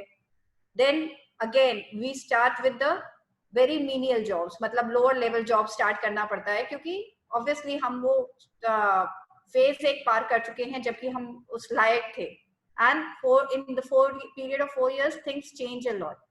तो what should be the plan B and how should it be taken? बात शुरू करने से पहले ये वाली इसका आंसर करने से पहले एक छोटा सा शेर है, एक लाइन है जो मुझे याद है। किसी बड़े शायर का शेर है, खुद ही को कर बुलंद इतना कि खुदा तुझसे पूछे बता बंदे तेरी रजा क्या है। हम किसी पे भी डिपेंडेंट क्यों हो जाते हैं? हम कोई प्लान एक्चुअली सारे प्लान ए ही होते हैं। बी तो क्या होता है, हम उसको अपनी प्रायोरिटी के अकॉर्डिंग कर लेते हैं। There is no plan B. हम हमेशा यही सोचते हैं हम सक्सेसफुल हो जाएंगे। तो अभी recently because I missed that topic, depression की बहुत बात हो रही है। हमने अभी सुशांत सिंह वाला केस देखा और उसकी हमने जो लास्ट मूवी छिछोरे देखी थी, उसके बाद से हम सब everybody is talking about mental health depression. हम एक्चुअली क्या है, चीजों को बहुत लेट स्टार्ट करते हैं। जैसे मैंने कहा मैंने खुद ने जब रियलाइज किया कि मुझे क्या बनना है या क्या करना है, जब तक मैं मेरी ग्रेजुएशन कंप्लीट कर चुका था। एक्चुअली हमें हमारे बच्चों को थोड़ा और मैच्योर करना चाहिए। हमें उनको जो चीजों को वो बनना चाहते हैं ना, उनसे शुरू से पूछिए, उन्हें बताइए मत, उन्हें पूछिए। हमारे यहाँ बताने की हैबिट है कि तुम ये करोगे, नहीं, हम पूछिए कि तू क्या करना चाहता है, उसकी चीजें आइडेंटिफाई करिए, उसके इंटरेस्ट आइडेंटिफाई करिए और उसे डे 1 से तैयार करिए। और अगर वो बच्चा, जैसे in my case, I did not wanted to be a judicial officer, this was what my father dreamed of. उनका ड्रीम था, ये मेरा ड्रीम नहीं था। मैंने उसको एक सेकेंडरी कि हाँ ठीक है, मैं ट्राई करूंगा उनकी ड्रीम्स को अचीव करने की, but my actual opinion was to do practice. मैं एक अच्छा एडवोकेट बनना चाहता था, but he did not wanted, he wanted कि मैं इस फील्ड में जाऊं। तो मैं कहीं ना कहीं उनके ड्रीम्स को और अपने ड्रीम्स को मर्ज करके यहाँ पे आया हूँ। पर हमेशा खुद के साथ जस्टिस करिए। मैं खुद को डेली सुबह कांच दिखाता था और मैं जब एग्जाम दिया करता था तब भी मैं ये बात रिपीट करता था और आज भी ये बात मेरे फ्रेंड्स को कहा करता हूँ सिलेक्शन होना नहीं होना is a very different thing. अगर सिलेक्शन हो भी गया ना, तो वो कौन सा गवर्नमेंट आपको रोज थैली में 1 किलो सोना भर के देगी कि लो आप आईएएस बन गए हो या आप मजिस्ट्रेट बन गए हो, 1 किलो सोना लेके जाओ। वही फिक्स्ड सैलरी आपके सबके घर में आएगी। अगर हम मॉनेटरी कंपेंसेशन के तरीके से देखें तो सबको लगभग एक सिमिलर चीज ही मिलती है। अगर आप कुछ भी अच्छा खुद के साथ कर लेंगे ना, मेरी सैलरी से ज्यादा मेरे फादर अर्न करते हैं, और अभी से नहीं, बहुत पहले से करते हैं। पर देयर इज अ डिफरेंस। हमें उन सब चीजों को आइडेंटिफाई करना है। मेरे को फेम चाहिए था, वो मुझे ऐसे मिला। किसी को पैसा चाहिए होता है, वो कैसे मिला। हम हमेशा सक्सेस की बात ही करते हैं। जैसे हमारा आज का टॉपिक भी था achieving success. We don't talk about how to handle failures. हम फेलियर्स को, क्योंकि हमने उसको पैसों के साथ, उन चीजों के साथ एक बेंचमार्क सेट कर दिया। अगर ऐसा नहीं हुआ तो आई एम फेल। नहीं, ऐसा नहीं होता है। हम फेल तो कभी नहीं हुए, हम फेल तो कभी नहीं हुए। हम पैदा हो गए, वो पास ही तो हुए हैं। हम जो भी अगले दिन अगर हम सुबह उठ रहे हैं, हम पास हो रहे हैं। वरना क्या पता आज मैं रात को सोऊं, कल सुबह उठूं ही ना, तो क्या मैं फेल हो जाऊंगा? पर वो जस्टिफाई करने के लिए तब कोई रहेगा ही नहीं कि मैं फेल हुआ या पास हुआ। हम सुबह उठे मतलब हम पास हुए हैं। भगवान ने हमको आज का दिन दिया है मतलब हम पास हुए हैं, कोई दिक्कत नहीं। मैं कुछ बन जाता हूँ या नहीं बन जाता हूँ, that can not be the parameters of success और फेलियर। पर क्योंकि आज की लाइफ स्टाइल में हमने इसको इनकॉर्पोरेट कर दिया, जैसे जोशी जी का बच्चा मजिस्ट्रेट बन गया तो वो बहुत अच्छा है। This is not right. मैं खुद को आज भी सही नहीं मानता। अगर कोई मुझे सिर्फ इसीलिए प्रेज करता है कि मैं मजिस्ट्रेट हूँ, मैं अच्छा आदमी नहीं हूँ। पर कोई मुझे इसलिए प्रेज करता है कि नहीं, मैं परिणय हूँ, जैसा पहले था वैसे ही आज हूँ, तो मैं अच्छा हो सकता हूँ। तो देयर इज अ डिफरेंस। हम खुद के साथ उन चीजों को नहीं जोड़े। अगर हम खुद के साथ उन चीजों को नहीं जोड़ेंगे ना, तो हमें किसी प्लान बी की जरूरत ही नहीं पड़ेगी। हम जैसे हैं, नेचुरल लाइफ को नेचुरल तरीके से जिएंगे। हमारे जो नेचुरल लेवल के एकदम बेसिक, हमारी चीजें एकदम बेसिक होनी चाहिए। हम हमारी एक्सपेक्टेशंस और नेचुरलिटी में इतना डिफरेंस ला देते हैं। हम उसको डिफरेंस को कम ही नहीं करते हैं। हम बस उस डिफरेंस के साथ टेक ऑफ करते जाते हैं, करते जाते हैं, करते जाते हैं, कभी वापस नहीं आते। हमें डिप्रेशन के साथ डील करना चाहिए। हमें ये फील करना चाहिए कि हम जो कर रहे हैं वो सही कर रहे हैं। अगर हम ये सोच के कर रहे हैं तो प्लान बी की जरूरत ही नहीं होती। और दूसरी बात, मैंने खुद के साथ हमेशा ये सोचा था कि मैं मजिस्ट्रेट नहीं बनूंगा, कोई दिक्कत नहीं है, मेरे को प्रैक्टिस करनी है। हमें हमेशा एट द अर्लीस्ट जो चीज मिलती है उसको एक्सेप्ट कर लेना चाहिए एक बार तो, बिकॉज उससे आपको कहीं कोई हैम्पर नहीं मिलेगा। क्या हैम्पर हो रहा है आपको? कहाँ आपकी सक्सेस रुक रही है? कुछ भी। क्योंकि the people who are graduating from 2010 to till today are the people who are already late like me, because मुझे जब रियलाइज हुआ तब तक आई वाज ऑलरेडी ग्रेजुएटेड। ऐसे हम सबको ग्रेजुएशन के बाद ही रियलाइज हो रहा है कि क्या हो रहा है। तो we should not stop. But अब से जो भी स्टूडेंट्स है, जो नए एडमिशंस हो रहे हैं, नए कॉलेज रिक्रूट में आ रहे हैं, उन सब बच्चों को चाहिए कि वो आज से ही खुद की चीजें आइडेंटिफाई करके उसी ट्रैक पे चले। कि मैं अगर एक्सट्रीम केस में मैं फेल भी हो गया, मैं आईएएस नहीं बन सकता, मुझे पता था कि मैं उस पोस्ट के लिए जितने एग्जाम्स देने पड़ते हैं, शायद मैं उतना एग्जाम जस्टिस खुद के साथ नहीं कर पाऊंगा पढ़ने का। मैंने उस एग्जाम के लिए फाइट नहीं किया, पर मेरी आज भी बहुत अच्छा है कि मैं फाइट करूं। तो क्या मैं उसके भरोसे ये नौकरी छोड़ दूंगा क्या? मैं इस नौकरी, ये भी मेरा ड्रीम था, वो भी मेरा ड्रीम है। मैं उन ड्रीम्स के भरोसे रुका नहीं हूँ। जब इंजीनियरिंग में सिलेक्शन हुआ, that was not my dream, but that was necessity of the time. मुझे उसमें एक बार जाना इसलिए जरूरी था क्योंकि मेरे सिर पे एक काला टीका लगा हुआ था सप्लीमेंट्री का। तो मुझे उन सब चीजों को बैलेंस करना पड़ेगा। हम अगर अपनी चीजों को आइडेंटिफाई करके बैलेंस नहीं करेंगे, कोई दूसरा नहीं आएगा। Nobody is going to come for my rescue. काल की भगवान आएंगे, वो कलयुग के एंड में आएंगे, अभी हमारे रेस्क्यू के लिए कोई नहीं आएगा। क्योंकि हम चीजों को कॉम्प्लिकेट करते जा रहे हैं। हमें बहुत सिंपल सादे वर्ड्स में उन चीजों को बैलेंस करना है। Yes. So what I understand is the rigidity should not be there. जो आपके पास अपॉर्चुनिटी Exactly. आ रही है उसको आप लें, आगे बढ़े। और देन अगर आपके पास आगे कोई बेटर अपॉर्चुनिटी आती है, you should always keep striving for what you want to achieve. Exactly. And that should never stop. You should never And stop striving. yes, that should not never stop. Not at this stage also. We should also Right. not stop. Yeah. Right. Okay. Vijay sir, कुछ questions हैं students के, या आप कुछ पूछना चाहेंगे तो बताइए। सर स्टूडेंट्स को गाइड करते हैं। ही इज द वन, मतलब जो थोड़ी बहुत क्लासेस भी लेते हैं, बच्चों को गाइड भी करते हैं। So he has certain questions for you, और थोड़े बच्चों के क्वेश्चंस हैं इनके पास हैं जो आपसे पूछना चाहेंगे। Thank you ma'am. या thank you sir, please. Morning sir. Good morning sir, सबसे पहले तो ये मेरा सौभाग्य है कि मुझे आपसे बात करने के लिए मैम ने अपॉर्चुनिटी दी। सर, मेरे कुछ क्वेश्चंस हैं जो मेरे कुछ स्टूडेंट्स के क्वेश्चंस कह सकते हैं आप, या मेरी खुद की क्यूरियोसिटी भी है। सबसे पहला तो सर, मोस्टली जो आपने स्टूडेंट्स के क्वेश्चंस है, आपने अपना जो एक पूरा एक हिस्ट्री बताया, अपना ट्रैवल हिस्ट्री, आपने जिस तरीके से अचीवमेंट्स आपने हासिल किए, मोस्टली क्वेश्चंस आपने उसमें सॉर्ट आउट कर दिए हैं। फिर भी उन क्वेश्चंस को मैं पर्टिकुलरली आइडेंटिफाई करके एक बार फिर से, हो सकता है कि उनमें से कोई क्वेश्चंस आपको लगे कि भाई हाँ ये मैं बता चुका हूँ। क्वेश्चन सर शुरू इस तरह से है कि बच्चे कुछ पूछना चाह रहे हैं कि sir what is the right time to enter if we want to choose judicial services? The day when you realize it, that is the right time, and that is the only time. अगर मैं बताऊंगा और उस दिन आप enter करेंगे तो that is the wrong time. You are going to do blunders. You are going to do blunders. अगर आपको लगता है कि आज आपको एंटर करना चाहिए, that is the right time. But हाँ, अगर प्रोसीजरली एंड टेक्निकली बात करें तो 21 is the age at this very moment to enter judicial services. But to enter the stream, it is never late and it is never earlier. You need to start from the day when you realize it. Thank you, sir. Sir, another question is, if a student want to choose any kind of service, what should be the priority, RJS or UPSC? Again, your priority, your realization. मतलब there is no difference. Like if you talk about me, if I have to choose why I chose RJS and why did not I opted for UPSC, there was a difference because my roles were quite clear. I believe in that constitution and I don't like political interference. I don't like it at all. So my priorities were like this. मतलब if I am in the institution, that institution should be supreme, and our institution is supreme. But I don't like interference. I don't like anybody interfering or calling me up, oh, you need to do this. I was very clear about it. So, but you need to identify. At the same time, there are pros and cons. Like if you belong to an IPS or IAS, you can benefit everybody in right terms also at the very right moment. But in our institution, we cannot do that. We need to follow a particular certain procedure. But again, in reference of your question, your priorities, your realization, and your state. That is the best choice. Thank you, sir.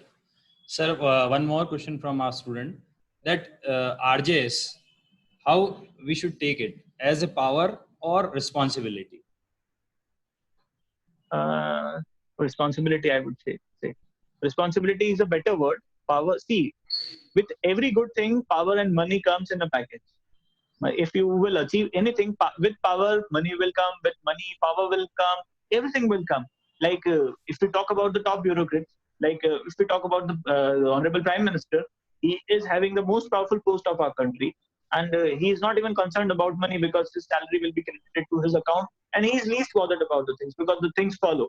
Similarly, if we talk about the top bureaucrat, he is receiving salary to his account, and with that salary, the power is coming into the package. So everything is coming, but with great powers comes great responsibility. So अगर आपको कोई power मिल रही है तो उसके साथ आपको responsibility तो मिलेगी ही, बट अगर आप उसको रिस्पॉन्सिबिलिटी की तरह ट्रीट करेंगे तो आप उस पावर के साथ जस्टिस कर पाएंगे, चाहे वो कोई भी पोस्ट हो. Thank you sir. Sir, there is another question. After failure, how we can start again? नहीं, व्हाई टू स्टार्ट अगेन?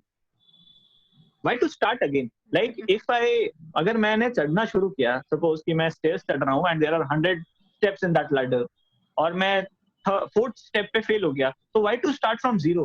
हम ये क्यों सोचने लग जाते हैं कि आज हम अगर उस 100 तक नहीं, अगर मैं 99 पे गया and I failed, तो why to start from zero? हम already 99 पे है ना, तो अब तो एक step ही तो जाना है वापस. तो हम उसको failure को ऐसे क्यों लेते हैं कि हम zero पे आ गए हैं वापस? हम कभी zero पे नहीं आते. अगर एज फार एज, क्योंकि हम एक एजुकेशनल सेशन की बात ले रहे हैं अभी और इस टर्म्स में बात कर रहे हैं, बुक्स पढ़ने से कोई नुकसान नहीं होता. तो जो भी चीजें पढ़ी हैं वो तो इनकॉर्पोरेट करिए. उनसे फेलियर कैसा? एग्जाम सेलेक्ट करना नहीं करना हो सकता है, not in terms of any institution, but हो सकता है जैसे अगर मेरा कभी मैं किसी एग्जाम में फेल हो गया, हो सकता है मेरे टीचर की अपनी वाइफ से लड़ाई हुई होगी इसलिए उन्होंने मुझे फेल कर दिया. तो उससे मैं फेल कैसे हुआ? मेरा नॉलेज पूरा है ना. I want to justify that. But हाँ, we should never get depressed. हमको उसको उस टर्म्स में नहीं लेना चाहिए, बिकॉज ये हो सकता है कि हम उस एग्जाम को क्लियर नहीं कर पाए, हम उस पर्टिकुलर एग्जाम में क्वालिफाई नहीं कर पाए, हम उस पोस्ट पे नहीं पहुंच पाए. हमारे लिए इससे बेटर लाइफ, एंड हमको बस एक वो अपना दायरा हटाना है, हमको एक वो कन्फाइंड वॉल्स जो है उनको तोड़ के बाहर देखना है, क्योंकि रोशनी तो खिड़की में से ही आती है. रोशनी कभी दरवाजे से होकर नहीं आती है, वो एक बारदान से होकर ही आपके कमरे में आती है. तो आपको बारदान खोलने पड़ते हैं. Thank you, sir. Sir, there's another question. It is about that how we can enter in RGS services, like from where after 12th examination, what is the way to enter for RGS examination? For RJS, we need to pursue law, Bachelor of Laws, and Bachelor of Laws is a professional graduation which requires a prior graduation. And in today's system, we have two types of Bachelor of Laws degree. Like if we talk about after 12, we have an exam called as CLAT, Common Law Admission Test, and through that particular exam, the students whoever get qualified to the exam get enrolled into some national law universities or other colleges. At the same time, we have some private as well as governmental institutions who provide dual degree 5-year integrated courses for law with BA, LLB, BSc, LLB, BCom, LLB, and various subjects. And as soon as you complete your law, we need to, the minimum age requirement is 21 years. And as soon as you complete 21 years or your final year of law, you need to qualify or you need to fight for the state judicial services exam.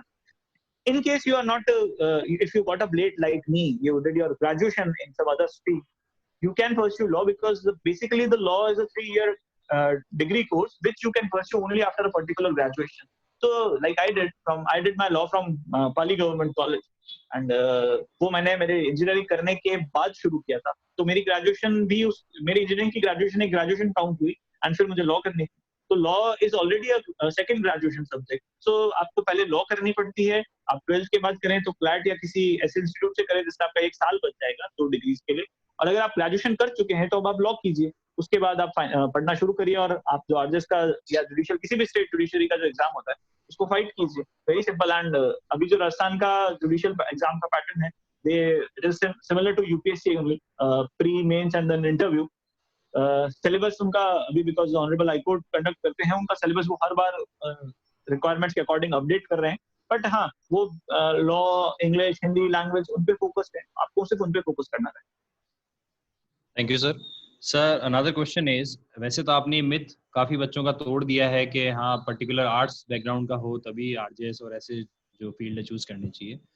तो मैं ये पूछना चाहूँगा sir, मेरे कुछ student हैं, engineering से भी हैं, बीए से है, बीकॉम से है, बीसीए, बीबीए सभी स्ट्रीम से हैं. तो आपके एक्सपीरियंस के अकॉर्डिंग सबसे ज़्यादा कौन सा पार्ट रहा आपको कंपटीशन एग्जाम जो आरजेएस आपने दिया, जिसमें ये मैं कह सकता हूँ कि ये सब्जेक्ट अगर मैं चूज करता हूँ ग्रेजुएशन में तो ज़्यादा बेनिफिशियल रहेगा? अगेन सी, फिर से एक छोटी सी बात बताता हूँ. My father and his 2 friends, they were 3 friends, and क्योंकि सेम उनके मेरे दादा और उनसे ज्यादा स्ट्रिक्ट थे, तो उन तीनों ने मिलके 12th में जयपुर से कोचिंग करी थी. And all the 3 wanted to be doctors. And today my father is a lawyer, my uncle is a businessman, and the third uncle is an astrologer. And all of the three, they were trying to be a doctor, and they all 3 were BC graduates. Law is not a science part.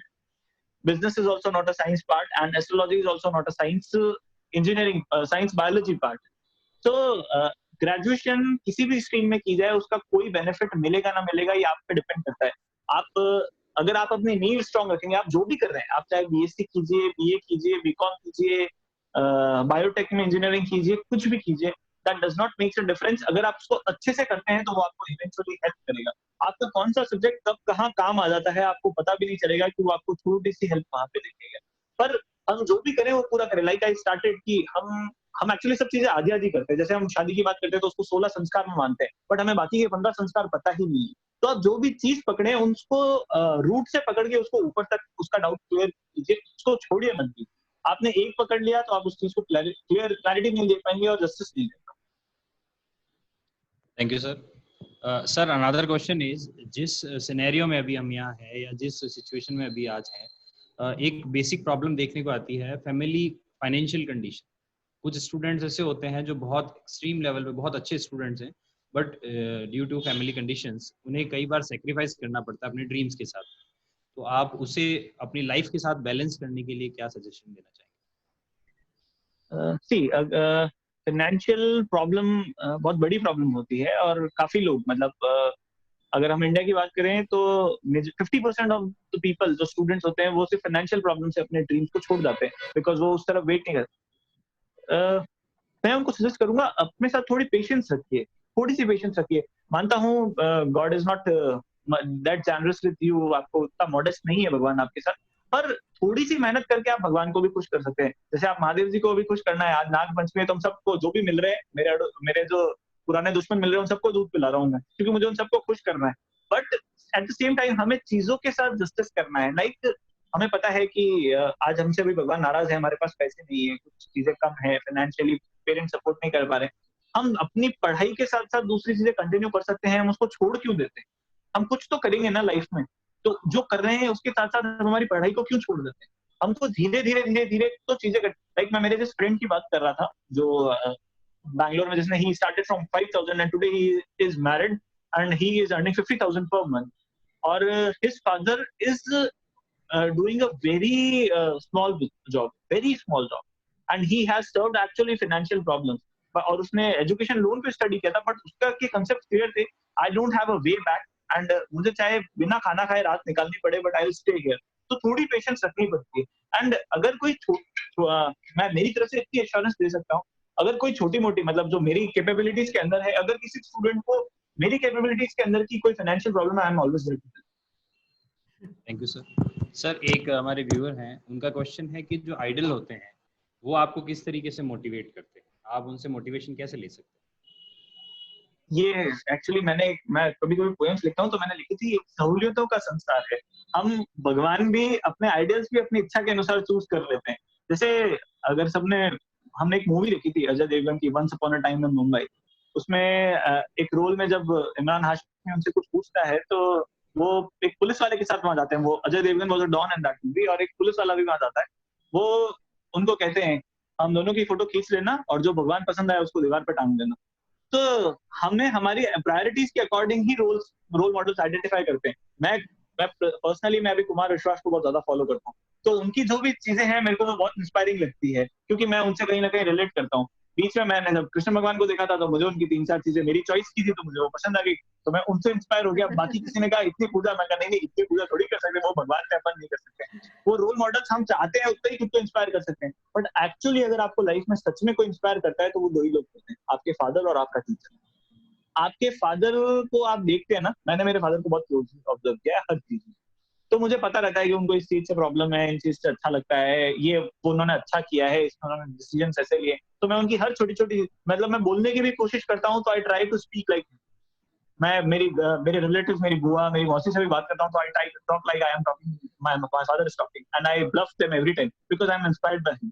तो आपके जो role models होते हैं वो बहुत छोटे लोग होते हैं, कोई बड़े हाईफाई लोगों की जरूरत नहीं, अंबानी अडानी जी की जरूरत नहीं है, हमें अपने पापा और अपने टीचर की ही जरूरत होती है। पर हम क्या पहले तो ऊपर चले जाते हैं, और बाय द टाइम हम नीचे आते हैं तब तक उनका टाइम निकल चुका होता है और हम उसे सीख नहीं पाते। तो रोल मॉडल्स उतना ही आपको एनर्जाइज करते हैं जितना हम करने देते हैं। मैं मेरे रोल मॉडल से मैं बात ही नहीं करूं, मैं मेरे पापा से पूछता ही नहीं हूँ, तो हम मुझे इंप्रेस कैसे करेंगे या मुझे एनर्जाइज कैसे करेंगे? हमें सहूलियतों के हिसाब से नहीं, हमें उनसे पूरा ही, अगर आप कृष्ण भगवान को फॉलो कर रहे हैं पूरा फॉलो कीजिए, थोड़ा बहुत फॉलो मत कीजिए और उनकी चीजें मत तलब कीजिए। सिमिलरली आप अगर भगवान राम को फॉलो करें तो पूरा फॉलो कीजिए, उनके जितना डेडिकेशन दीजिए, उनके जितना काम कीजिए।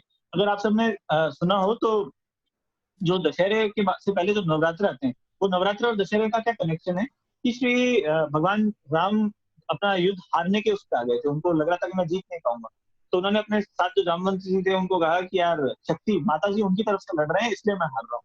तो इवेंचुअली उनको समझ में आया कि मुझे क्या करना चाहिए, तो जामवंत जी ने कहा आप तपस्या कीजिए, हम युद्ध करते हैं।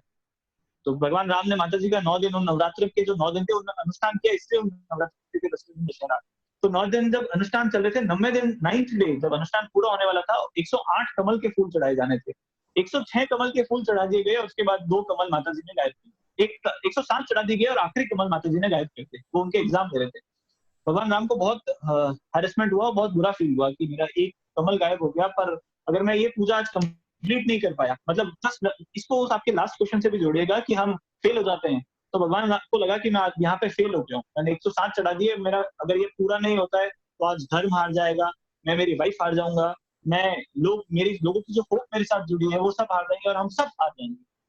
तो उन्होंने खुद को मोटिवेट किया, उन्होंने खुद को रियलाइज कराया कि मेरी माँ मुझे बचपन में कमल नयन कहा करती थी, कमल नयनों वाला, तो मेरी दोनों आंखें भी तो कमल है, तो मेरे पास एक नहीं अभी 2 कमल है। उन्होंने एक बाण लिया और खुद की आंख निकालने तक आ गए थे, वो यहाँ तक अपनी आंख के पास गए, तब माता जी ने उनका हाथ पकड़ा और उन्हें रोका कि मैं तेरी परीक्षा ले रही थी। तो जब भगवान को हर मोमेंट पे एग्जाम देने पड़े, वो तो भगवान थे, विष्णु का अवतार थे, उनको हर मोमेंट पे एग्जाम देने पड़े, तो आपको भी हर मोमेंट पे एग्जाम देने पड़ेंगे और यू शुड बी प्रिपेयर्ड। पर फिर वो एग्जाम्स पूरे दीजिए। अगर वो 107 होते हैं कि अब मुझसे तो नहीं होगा, छोड़ देते हैं और हम वापस आते हैं, सी एक स्टेप, सिर्फ एक स्टेप दूर ही थे आप, बट आप लास्ट मोमेंट में, आप जिस दिन विड्रॉ करते हैं ना कि आज से के बाद मुझसे नहीं होगा, बस उसका अगला दिन ही आपकी सक्सेस के डिस्टेंस पे, और उतना ही कोई आपको मोटिवेट कर सकता है। यस, हेलो सर, एक क्वेश्चन और है, एम आई जी ऑडिबल? मैम, या यस एक यस क्वेश्चन, या व्यूअर्स का एक और क्वेश्चन है। Sometimes we decide something, we get something else, and we do that, and ultimately we get depressed at the end of the day. So how should we cope up with that? I guess I answered this, but I'll say it again. हाँ, हम कुछ choose कर रहे हैं और कुछ मिल और रहा है, तो मतलब हमने चूज, या तो हमने चूज गलत किया या हमने जिसको एक्सेप्ट किया वो गलत किया। हमें जो मिला है उसे हमने एक्सेप्ट किया है, शायद तभी वो हमें मिला है ना, वरना हमें मिलता ही क्यों? तो हमने उसको एक्सेप्ट ही क्यों किया? अगर वो हमारी चॉइस के अकॉर्डिंग नहीं था, अगर चॉइस मेरी है तो कॉन्सिक्वेंसेज भी मेरे हैं। अगर चॉइस मेरी नहीं है तो मैं उसे एक्सेप्ट क्यों कर रहा हूँ? अगर मैं उसे एक्सेप्ट कर रहा हूँ तो मैं उसे क्रिप नहीं कर सकता। इसलिए हमें हमारी चीजों के साथ बहुत इजी रहना चाहिए, बहुत बेसिक रहना चाहिए। कॉम्प्लिकेट करना, फिजियोथेरेपी, साइकोलॉजी, बड़ी टर्म्स में नहीं जाना चाहिए, बहुत बेसिक चीजें हैं। हमें बहुत छोटी चीजों को बहुत छोटी टर्म्स में आइडेंटिफाई करना चाहिए। एक्चुअली हम इंडियंस की प्रॉब्लम है, हमारा जब तक एक्सीडेंट नहीं होता ना तब तक हम स्लो नहीं चलाते, तब तक हम चीजों के बारे में डिस्कस नहीं करते। जब तक सुशांत सिंह का केस नहीं हुआ, people don't use to talk about mental health, because हमें पसंद नहीं आता था कि मेंटल हेल्थ पागलपन। नहीं, सब चीजों में बहुत डिफरेंस होता है, हमें उनको हर स्टेज पे आइडेंटिफाई करना चाहिए। There is a difference between health and mental health, there is a difference between mental health and counselling, there is a difference between mental health and mental illness. But हम actually सबको एक box में रख के छोड़ देते हैं। तो जब अगर हमारी कोई चॉइस है और हमको कुछ मिला है, उन दोनों के बीच का जो डिफरेंस है वही तो हम है, उनको ही तो कैसे कोप अप करना, वही तो लाइफ है। और हम डिप्रेस क्यों हो रहे हैं? या तो हमको उसको एक्सेप्ट नहीं करना है, स्ट्राइव करना है। और अगर हम स्ट्राइव कर रहे हैं तो हमने एक्सेप्ट क्या किया? हम तो अभी भी अपनी चॉइस के पीछे भाग रहे हैं ना, तो रुकना क्यों? The show must go on. Very true sir. एक क्वेश्चन और है, जी ma'am. Is it okay to consider it is okay to consider that power and money are interrelated terms? Yes, it is true, but in a very hello sir, आपकी voice, या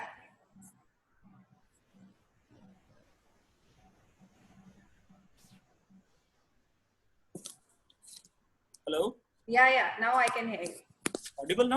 Yes. Yeah, if अगर हम चीजों के साथ सब एक package में सब कुछ आता है, अगर मेरे किसी खाने के कार्ड पे सब परिवार लिखा जाता है तो मेरे पापा के साथ मैं भी आऊंगा, मेरी मदर भी आएंगे। तो अगर आप कुछ अच्छी चीज आइडेंटिफाई कर रहे हैं तो उसके साथ बाकी सारी चीजें तो पैकेज में आएगी ही। बट जैसे अगर आपके पास पावर आ रही है तो उसके साथ साथ सैलरी तो अकाउंट में क्रेडिट होगी ही ना। अगर आपके अकाउंट में सैलरी आ रही है और आप किसी अच्छी पोजीशन पे, तो उसके आपके एडमिनिस्ट्रेटिव अकाउंट में पावर तो क्रेडिट होगी ही ना।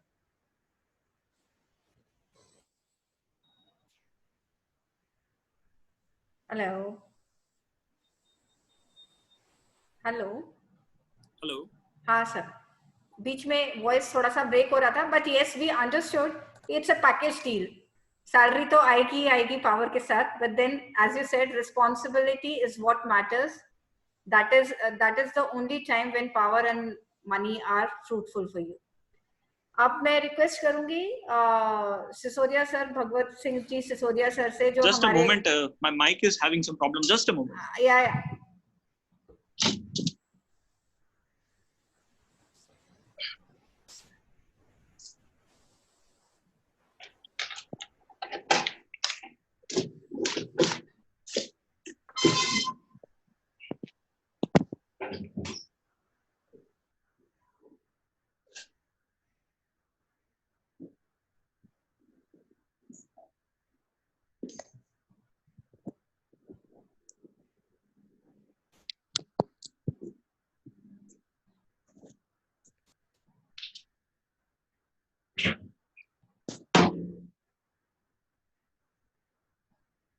Hello, am I audible?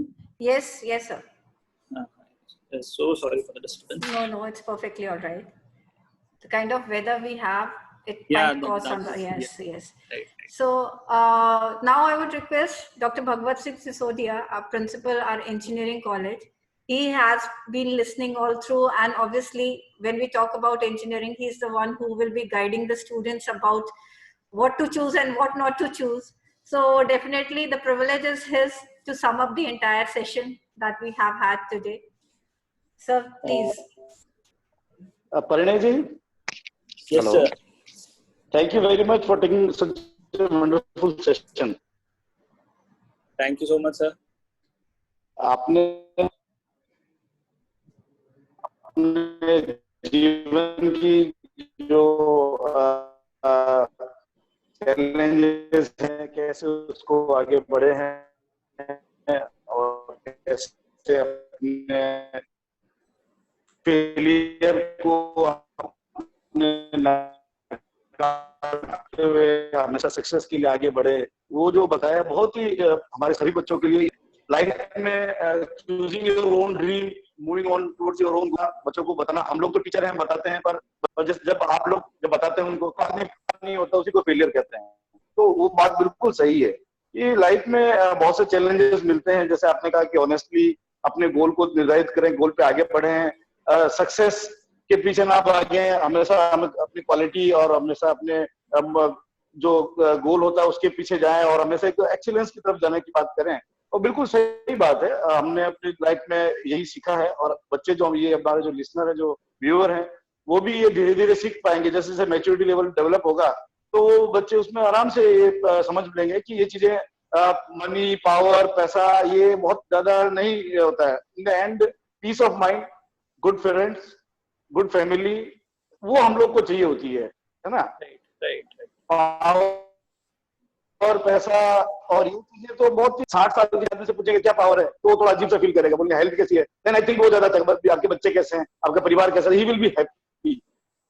Power and money don't go till the end of your life. Ultimately सबको एक ही जगह जाना है, जो आप सबको पता ही, ठीक है।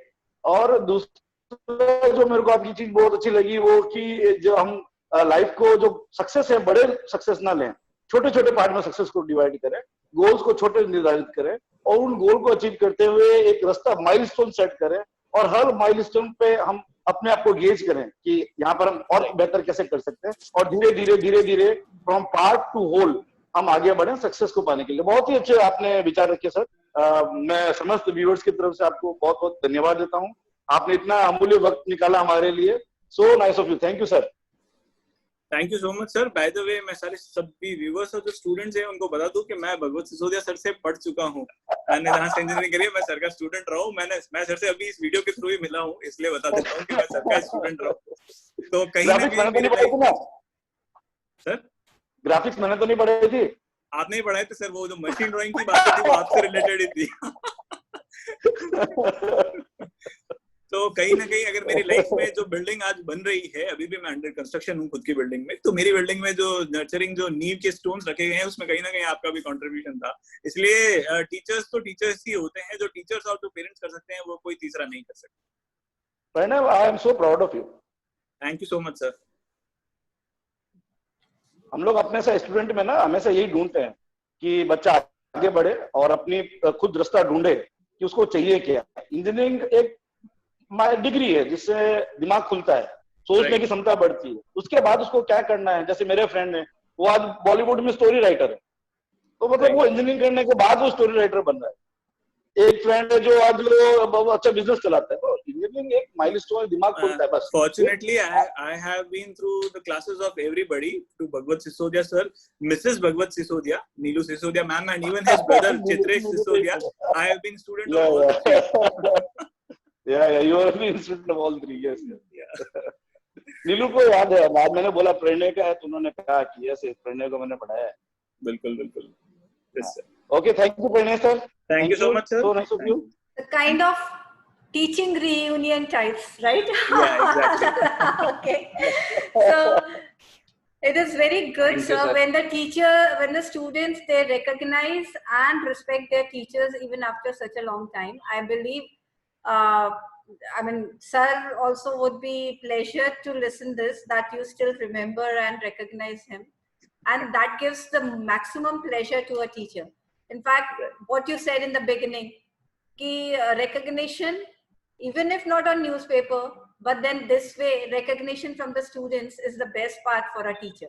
Exactly. So, yeah, and definitely the combination of spirituality and the practical learning that you've shared with us, I would require, I believe, go a long way with each of us who is hearing it, and definitely make us proud that we've been able to associate with you. I would like to call Sapna ma'am, the Vice Principal, Degree College, for the vote of thanks for this session. Thank you, ma'am. It's my privilege to have been asked to propose a vote of thanks for this wonderful occasion. I, on behalf of MITS Group of Institution and our team, extend a very hearty vote of thanks to Honorable Parinay Joshi sir, who blessed us with his presence and took out valuable time of his busy schedule. Thank you, sir. I especially like the examples you have given for that identity crisis and smart studies, Chanakya, Lord Krishna, and many more. Thank you so much, sir, for your splendid presentation. As no program can become successful with a single person, so I extend a big thanks to our team also for the support. Last but not the least, I would like to thank all our students and the viewers and the participants to make this webinar a success. Thank you so much. Thank you so much all. Thank you. Thank you. Thank you, sir. Thanks, sir. Thank you. Thank you. Thank you. Thank you. Thank you. Yeah. Okay, bye.